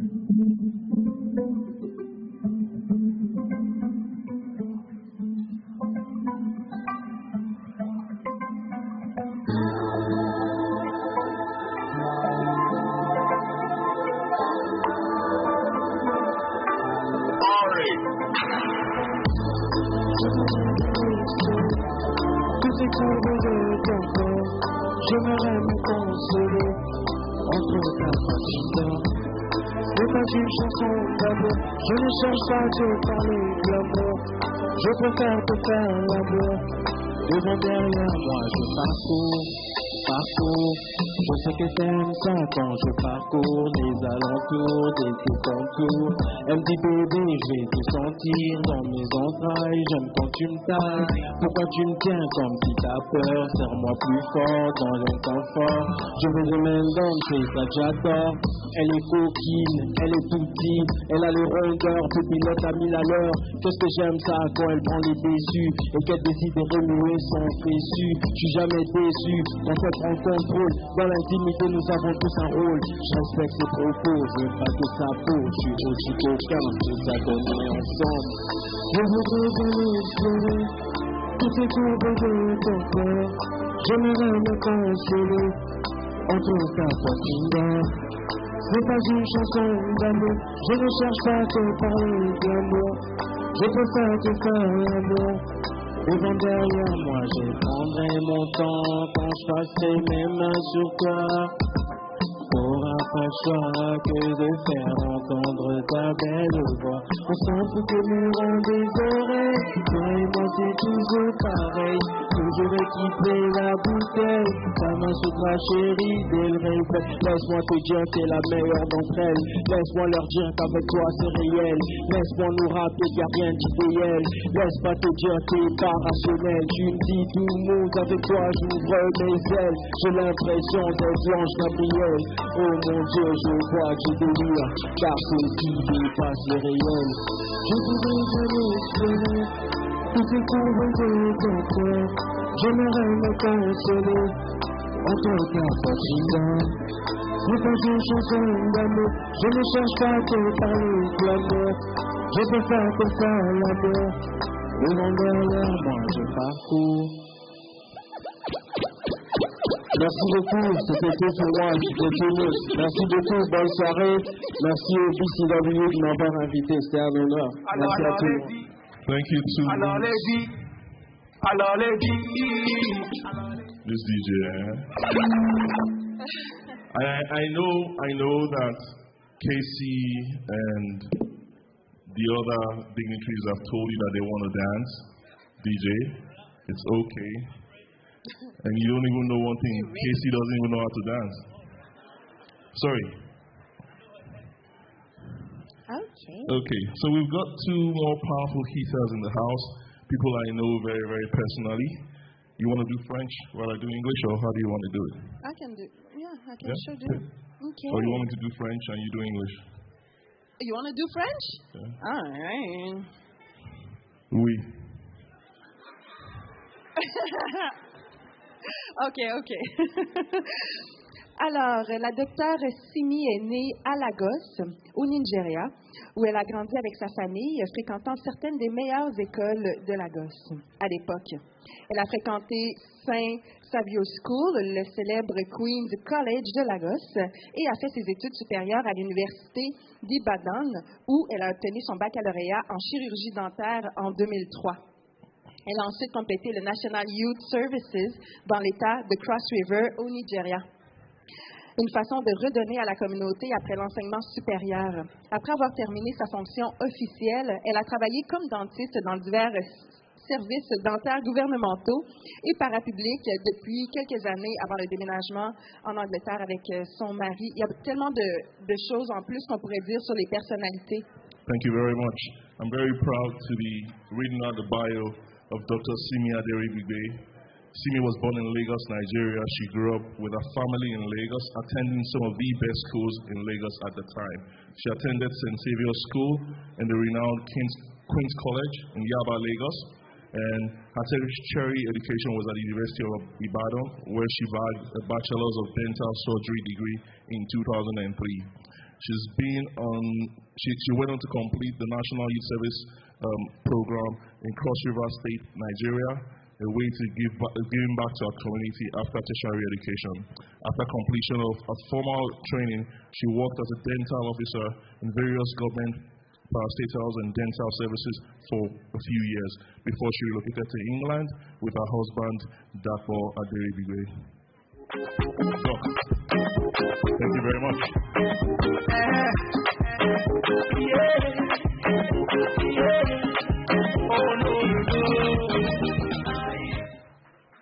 Good evening, everyone. Thank you so much for having me here today. I'd like to thank Jan and the BCW team for this platform. It's a rare opportunity, and I'm so grateful. I'd like to acknowledge all our distinguished guests here, the honorable ministers, the councillors, and everyone who's taken time to be at this event. Thank you for being a part of it. I'm Dr. Simi Aderibigbe. I was born and raised in Nigeria, completed my education there, and moved to England after a few years and came to Canada, settled in Edmonton with my husband and 2 kids now. I'm the founder and the practice owner of Flourish Dental. It's a general dental practice based in the southwest side of Edmonton, Ambleside area, to be specific, and we offer general dental services. I started Flourish Dental during COVID, and so today I'm going to share my journey of how that baby, it's my baby now, how Flourish Dental came to be, the challenges I faced.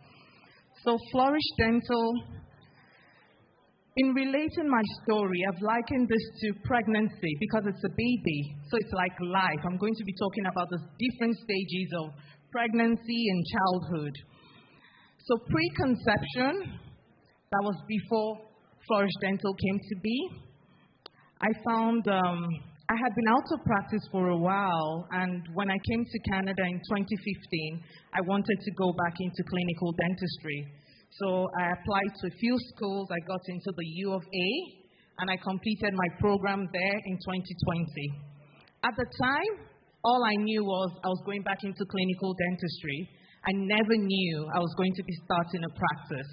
So that's the preconception of Flourish Dental. And shortly before my graduation in 2020, my husband was like, we're ready for our next move. And before I knew it, we were signing documents for office spaces. And so we signed this contract March 9, 2020, and the pandemic was declared 3 days after we signed those contracts. It was too late to step out. The next 9 months were filled with mixed emotions: excitement, anguish, despair, because it was at a time where dental practices were shut down indefinitely, March 2020. And so I had this pregnancy, and I just didn't know what the future was. And I faced a lot of rejections during the pregnancy phase. I went to the bank to secure our loans. I was rejected because I was doing something out of the ordinary. I was coming out of dental school and I was starting a dental practice. So I got no's. The dental suppliers, I got rejections from them. The designers for the dental clinic, I got rejections from them. And it just went on. But you know what? I kept going. Finally, December 2020, we opened the practice. And it was a stage where the dental college had the highest protocols for infection control. So that meant there was so much money going into PPEs. We had to have gowns, the highest level of masks, and there was no funding. Remember, funding for the practice was difficult, even though I got something. So we started the practice in 2020, December 2020, and I just realized that the overhead costs were unbearable for me. But we kept going. It meant I didn't have salary for many months.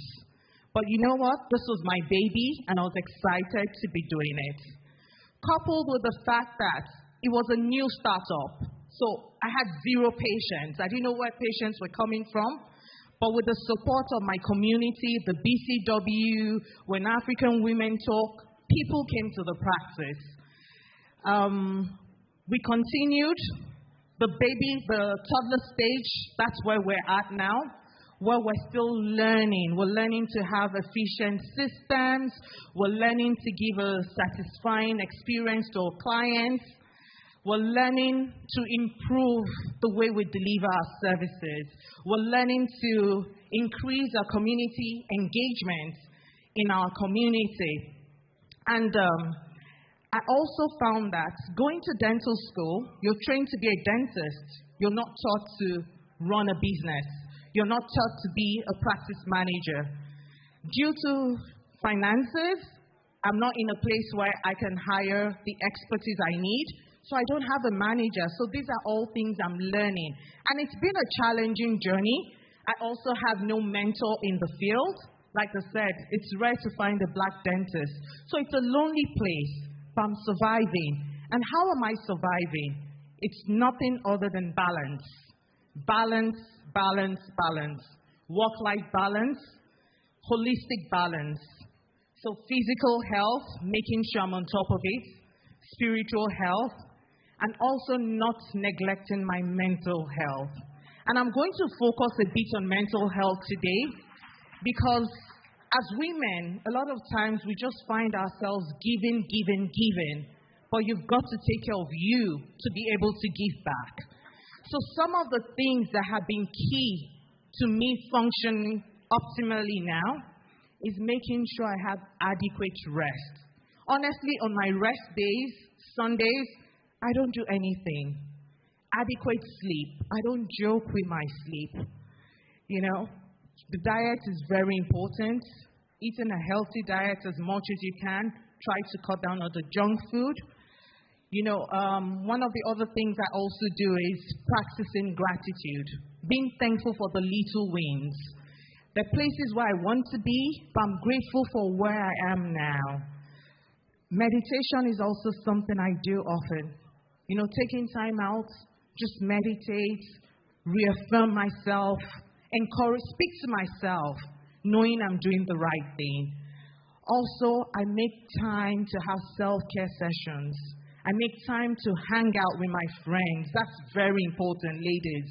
Hang out with your tribe. You should have a tribe. Make sure and you know, sometimes you just feel, no, I don't deserve it.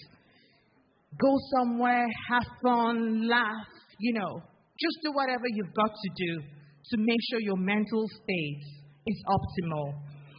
There's some other things that are not helpful for our mental energy, especially as a business owner. And I'm just going to touch a few on those things. Micromanaging. If you have a team, you've hired that team, believe in your team, and don't micromanage. Just let them do what they have to do and believe in them. Let them own their spaces. Let them own their responsibilities. Also, letting go of things. A lot of times as a business owner, people are going to upset you. Clients upset me. You know, business partners upset me. But you've got to let go. because you see the bigger picture. You know where you're going to. Also, just knowing the things that annoy you, the things that frustrate you, and letting those things, let them go. You really don't need to hold on to those grudges.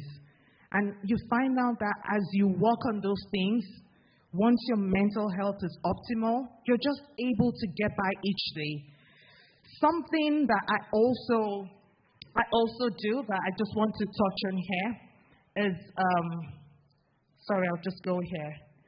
And that's just journaling. I find that as a business owner now, I have so many ideas running through my head. The 1,000,001 things I want to do at a time. I just write them down. And as I write them down, I prioritize. Whatever needs to drop down, I just drop it down and focus on the goal for now. And that way you don't have clutter in your brain. Your brain just has a space for the right things. So these are things that I have survived with. So we're surviving the pandemic. We survived it. We're surviving. And you know what? You also can survive in whatever you're doing. So I just want to encourage everyone here today, whatever you're doing, make sure you take care of you first. Take care of yourself. Your mental health is very important, and you'll see yourself succeed. Thank you very much. Put your hands together. I see you. Thank you. Okay. Now, Simi, thank you very much. And please tell my wife that when I take the toothpaste from the middle, let go. Forgive me for your own mental health. Now, this is a few things I'm not going to say here.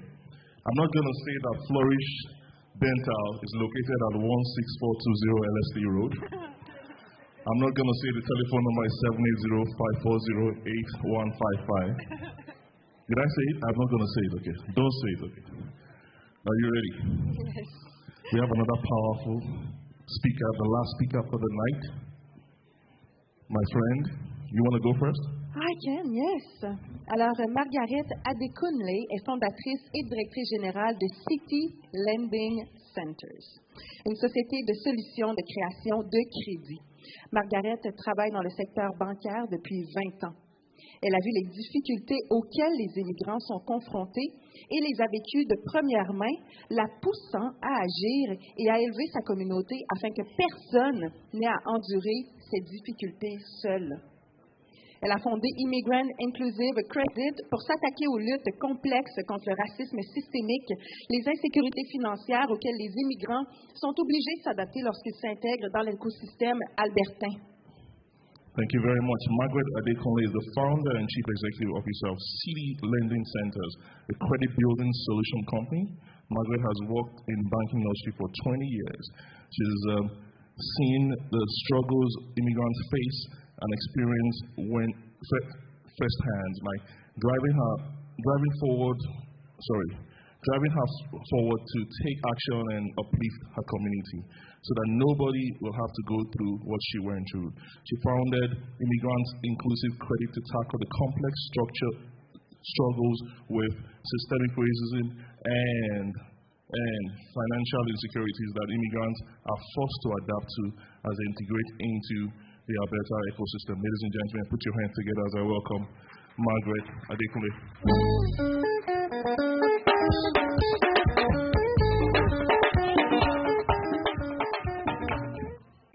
Thank you everyone. It's a pleasure to be here. A few of the speakers mentioned a few things about mental health.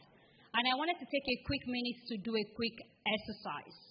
If you all don't mind standing up for just a minute.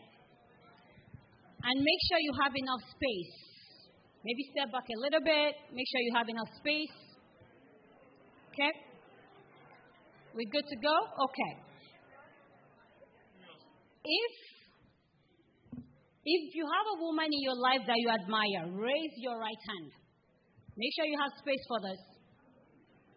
Okay? If you've ever had a female boss, keep the hand up, keep them up. If you've ever had a female leader, raise the other hand. Perfect. If you're born of a woman, raise your right leg. And if you appreciate what black women in action are doing today, raise the other leg. So black women can do all of this, still face discrimination at work, and they still raise their head up high. A round of applause for black women.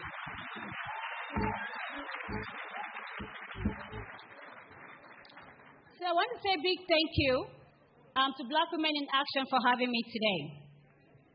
But before I continue, I do want to express the sadness in my heart for what is going on in Ukraine.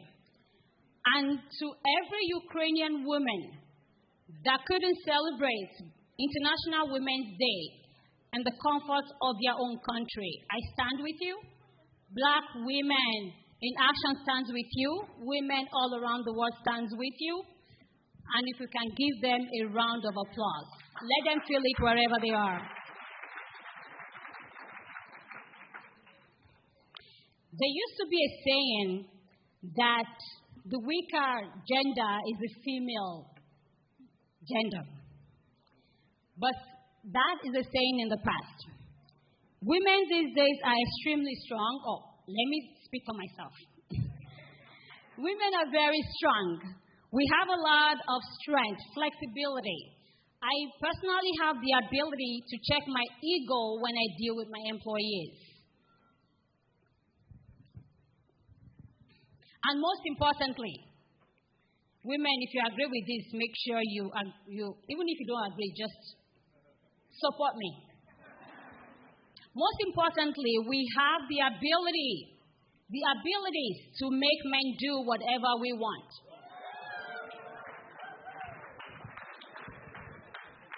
I think that's our biggest strength.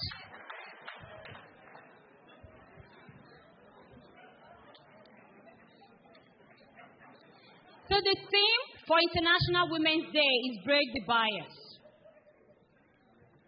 And the theme for Black Women in Action is Finding Prosperity During Difficult Time. And because of that, I want to quickly share a story that I went through as a Black, strong female entrepreneur.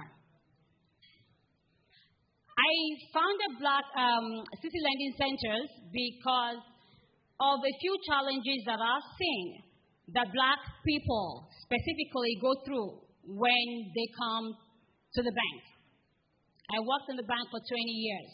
Branch manager for 11 years. I've seen a lot. The policies that we have in the bank were already there before we immigrants came in. And those same policies still exist today. Therefore, when a lot of Black people walk into the branch to apply for something, there is always a little teeny bit of doubt. Is it fraud? Is that his real name? And I can tell you a story. In my very first day of my first bank job in Toronto, it was a red bank. My son C.G. Bomi, who is here with me today on table 27, he was 6 months old. And my branch manager called me. She pulled me aside. She said, I know you're a Nigerian. And Nigerians do a lot of fraud. I just want you to know that I'm watching you. At the time, I didn't understand it. I was young. I was fairly new to the country. If only I knew what I know now. Can you imagine Margaret Adekunle with that woman? Those of you that know me on LinkedIn or follow me on LinkedIn, you know what that means. So that was my first experience in the corporate world in Canada. And that's one of the reasons, one of the things that inspires me, one of the reasons why I fight as hard as I do for Black employees everywhere. And I happened to I started the first Black team member network at ATB Financial. And that organization is thriving and they're doing amazing things as we speak. So I was going to quickly share my story with you. Very quickly. It's going to be quick. So when I started City Lending Centers, which is a credit building solutions company, our flagship product is a secured credit card, which took a lot for us to get there. And it took all of our life savings, all the savings that my husband and I had to get it started. And I won't go into too much detail, but recently something happened. The same kind of aggression and discrimination that we face as Black employees, we also still face as Black entrepreneurs. Just for those that don't know, there is still that little bit in there that we need to fish out, dig in, and start having conversations about. So I got an email, and I was asked for a particular amount of money within 5 days. Huge amount of money within 5 days. I didn't know where else to go. I went to Face Coalition, who has been amazing to me. They've supported my journey all along. There was nothing they could do because they have another third party that they also have to deal with. I went to another bank. You have all the assets, your credit is great, but... And I had 5 days. For those of you that know me well, I used to weigh 120 pounds. And I lost 100 pounds within a week. Mentally. That was the level of stress that I had to go through. And I must have called Pokuola 100 times. Pokuola, let them see your hand so you can testify. I must have called him 100 times. I need this money. I'm going to lose my life savings, everything. Because there was also an information there that we were going to cancel your contract. Black people all across Canada need the products and the services that City Lending Centers provide. I've met a lot of Black people with credit challenges, not because they're bad spenders, but because they don't know what they don't know. An average consumer just don't know what you don't know.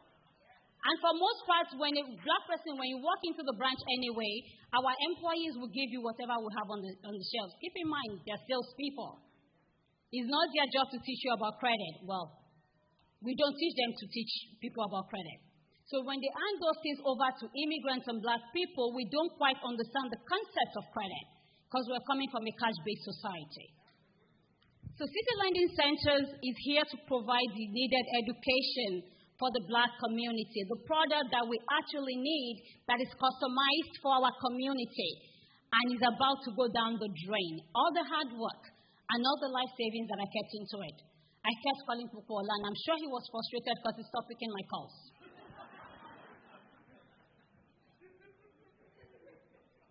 So a lot of challenges still exist for Black entrepreneurs. And I want to appeal to every lawmaker. We talk about racism all the time.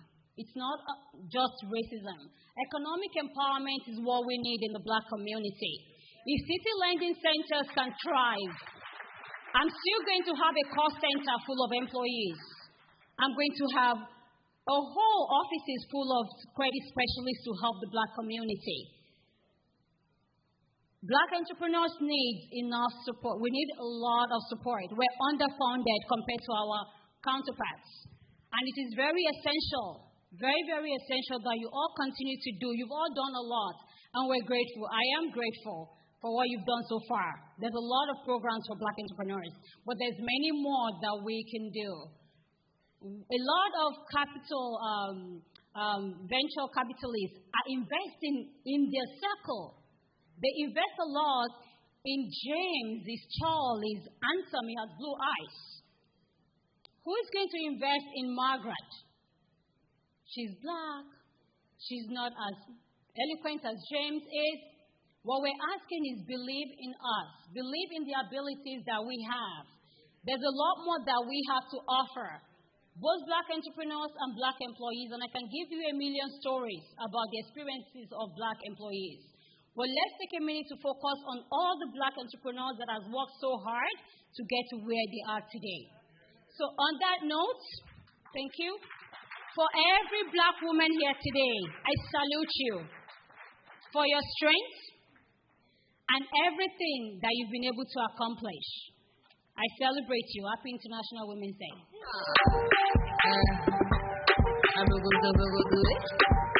All right. Can you remove that DJ's cap, please? Popola. Wow. Pick up your phone now. Why do you do like this? So those of you who know Popola, you know that he has 2 ATM machines in his house. So that's why Margaret was trying to call him. Okay, so we're going to hand over to Jen to quickly say a conclusion, and we can have the dance floor open. Where's Jen? Juste ici. Where is she? À notre gauche. Hey, sorry, Jen. Powerful woman. Thank you, Nosa. Thank you, Valencia. Whew. What a... We haven't even started, right? No, I think the writing is starting right now. Okay. So, just wanted to say thank you for you all. Merci beaucoup vous tous qui êtes là. So you see, what makes Edmonton something, a city different. I mean, Alberta, we are just different. You see, we still have our dignitary here with us. We still have, everyone is here. You can see that everywhere, just here in Alberta, in Edmonton. And we are happy to have them. So, right now, I think we have finished all what we had to do. We have inspiring women. We have our dignitary with us. Now, I think the dance floor will be open soon. After having soca fit, then the dance floor will be open. And I want to see you all on the floor. I want to see crazy move. I'll be the first to be there. So, merci beaucoup. Là, on va terminer la soirée. Très content, comme vous avez vu. Il n'y a qu'ici, à Edmonton, ici en Alberta, qu'on peut avoir ça. Nous avons tous nos dignitaires qui sont là, qui sont restés jusqu'à la fin. Nos invités qui sont là. Alors, maintenant que la soirée va se terminer, on va avoir Soca Fit qui va nous faire un peu la mise en... Comment on dit souvent ça, le DJ connaît mieux que moi. Et puis après, là, je vous dis que la soirée va être mortelle. On va s'amuser et on va danser. So, thank you all, and I want to see everyone here. Look, the dance floor is too big, so we all can be here and fit. I'll be the first one. Thank you so much. Merci. Merci, Jeanne. Merci. Thank you, John. Now you understand why John is wearing boots. Val, you want to say something? Parfait. You want to say something, John? OK. Alors, avant tout, j'aimerais demander aux mamans d'aller récupérer leurs enfants à la garderie. I would like to ask the mom to go get their child at the daycare. It's time. And voilà, c'est maintenant le temps de célébrer, le temps que nous attendions tous. J'aimerais aussi remercier les DJ, DJ Mpeps et DJ King qui vont nous faire danser ce soir. All right. Thank you, ladies and gentlemen. I've been asked to announce that if you have children in the daycare, go and pick your children. Don't leave them here. Ladies and gentlemen, before we hand over to Cheryl, my name remains Nosa 65. I had a very, very lovely night tonight with this lovely Val. Put your hands together for her. Yeah? And you guys have been amazing. Clap for yourselves. Until we meet again, I love you. God bless you and good night. Cheryl. We're going to hand over to Cheryl to do the dance. All right. Stand up. Because I know you've been running the dance the whole time. So now it's the time. So stand up. Come here. Just love me dance for in your brain. Come forward. Come forward. Come forward. Come forward.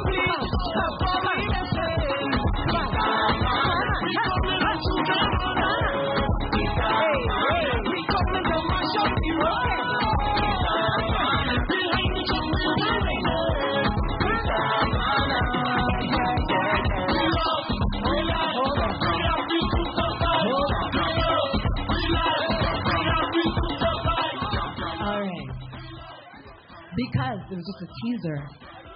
Yes. My name is Sherelle. I'm wearing heels because I'm like, I can't make you all dance if you're in heels and I'm in flats. But I see you changing flats, so I played myself apparently. But that's okay. So I need everybody to come to the dance floor. Everybody to come to the dance floor. We are going to dance and we are going to celebrate every single person in this room. And how do we celebrate? We dance. Even if you have 2 left feet, that is fine. Come to the dance floor.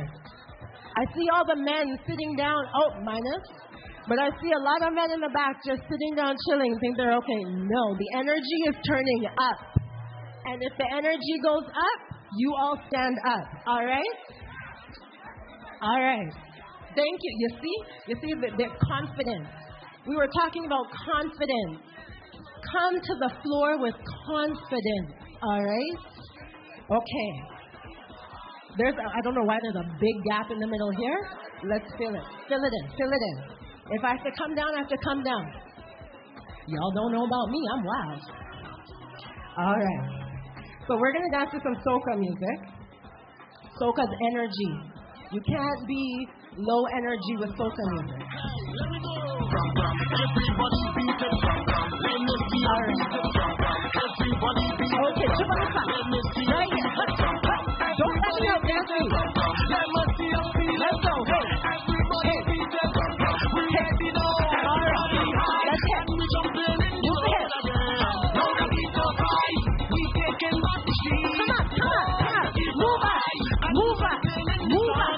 Move up. Okay, I need everyone to move this way. Let's go.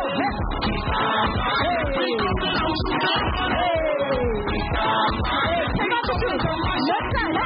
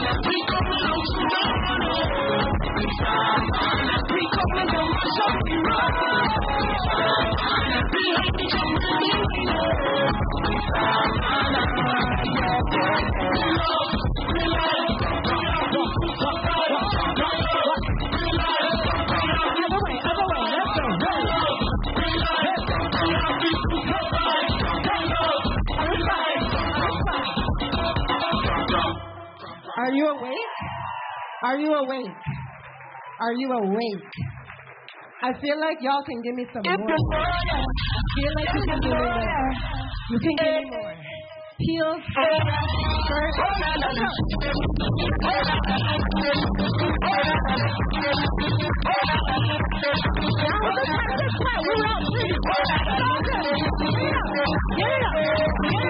Get it up.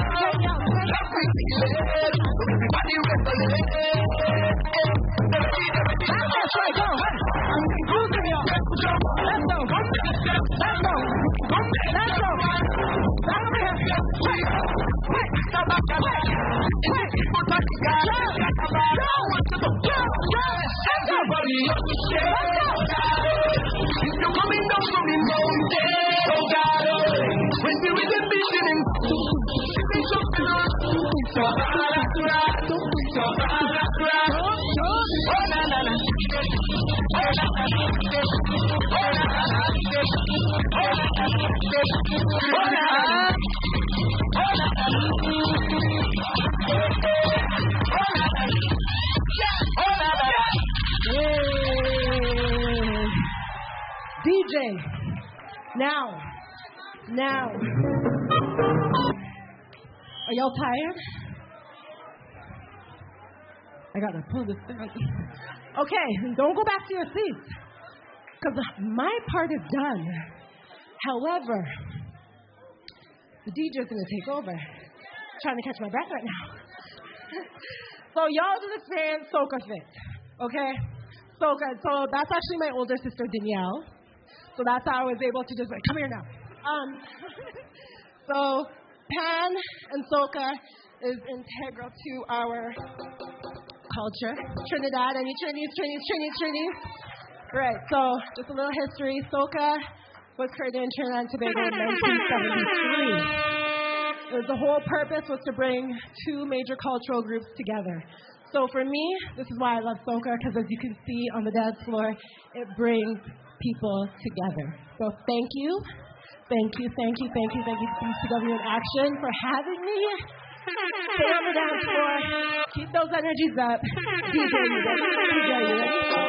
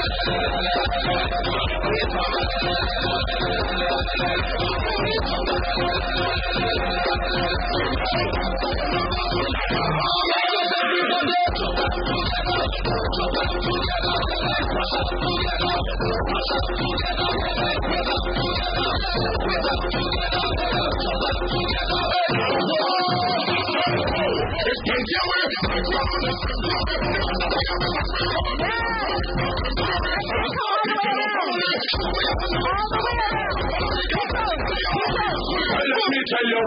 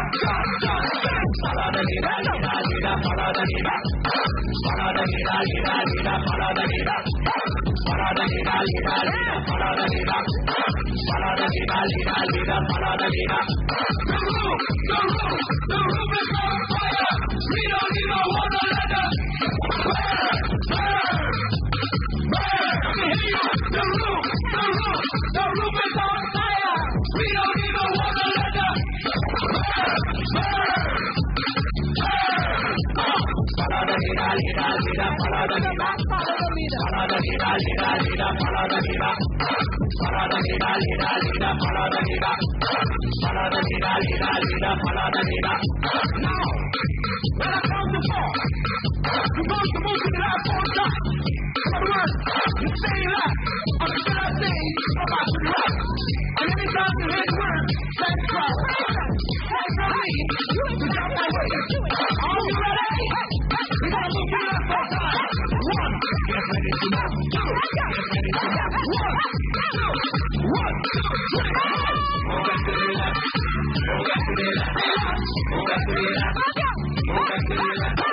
Move back to the right. Move back to the right. Move back to the right. Move back to the right. Move back to the left. Move back to the left. Move back to the left. Move back to the left. Move back to the right. Move back to the right. Move back to the right. Move back to the right. Jump away. Everybody jump away. Everybody jump away. Everybody jump, jump, jump, jump, jump away. Everybody jump away. Everybody jump away. Everybody jump, jump, jump.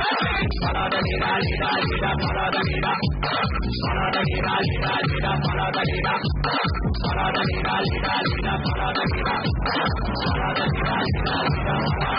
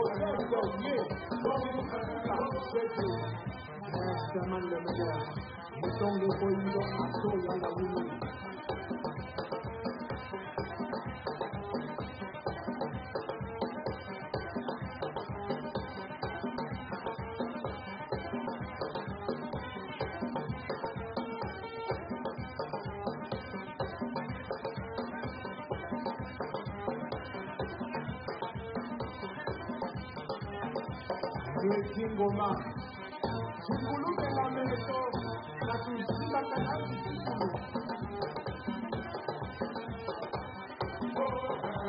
Simba Bonga Sakala Akelama Jalo Mirikacho Simba Bonga Akelama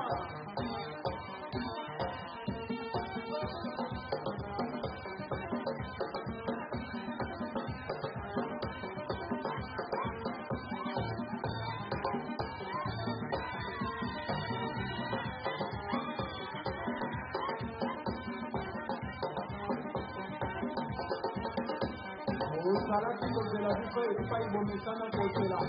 Los sondeos, los comen a Bococo. Boconana.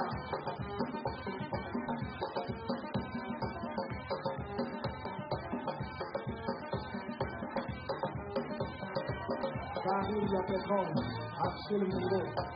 Semaine à mon soirée. Michel a beaucoup de défis. Et il fait pour vous. Dixon et Basta. Yo, what is that?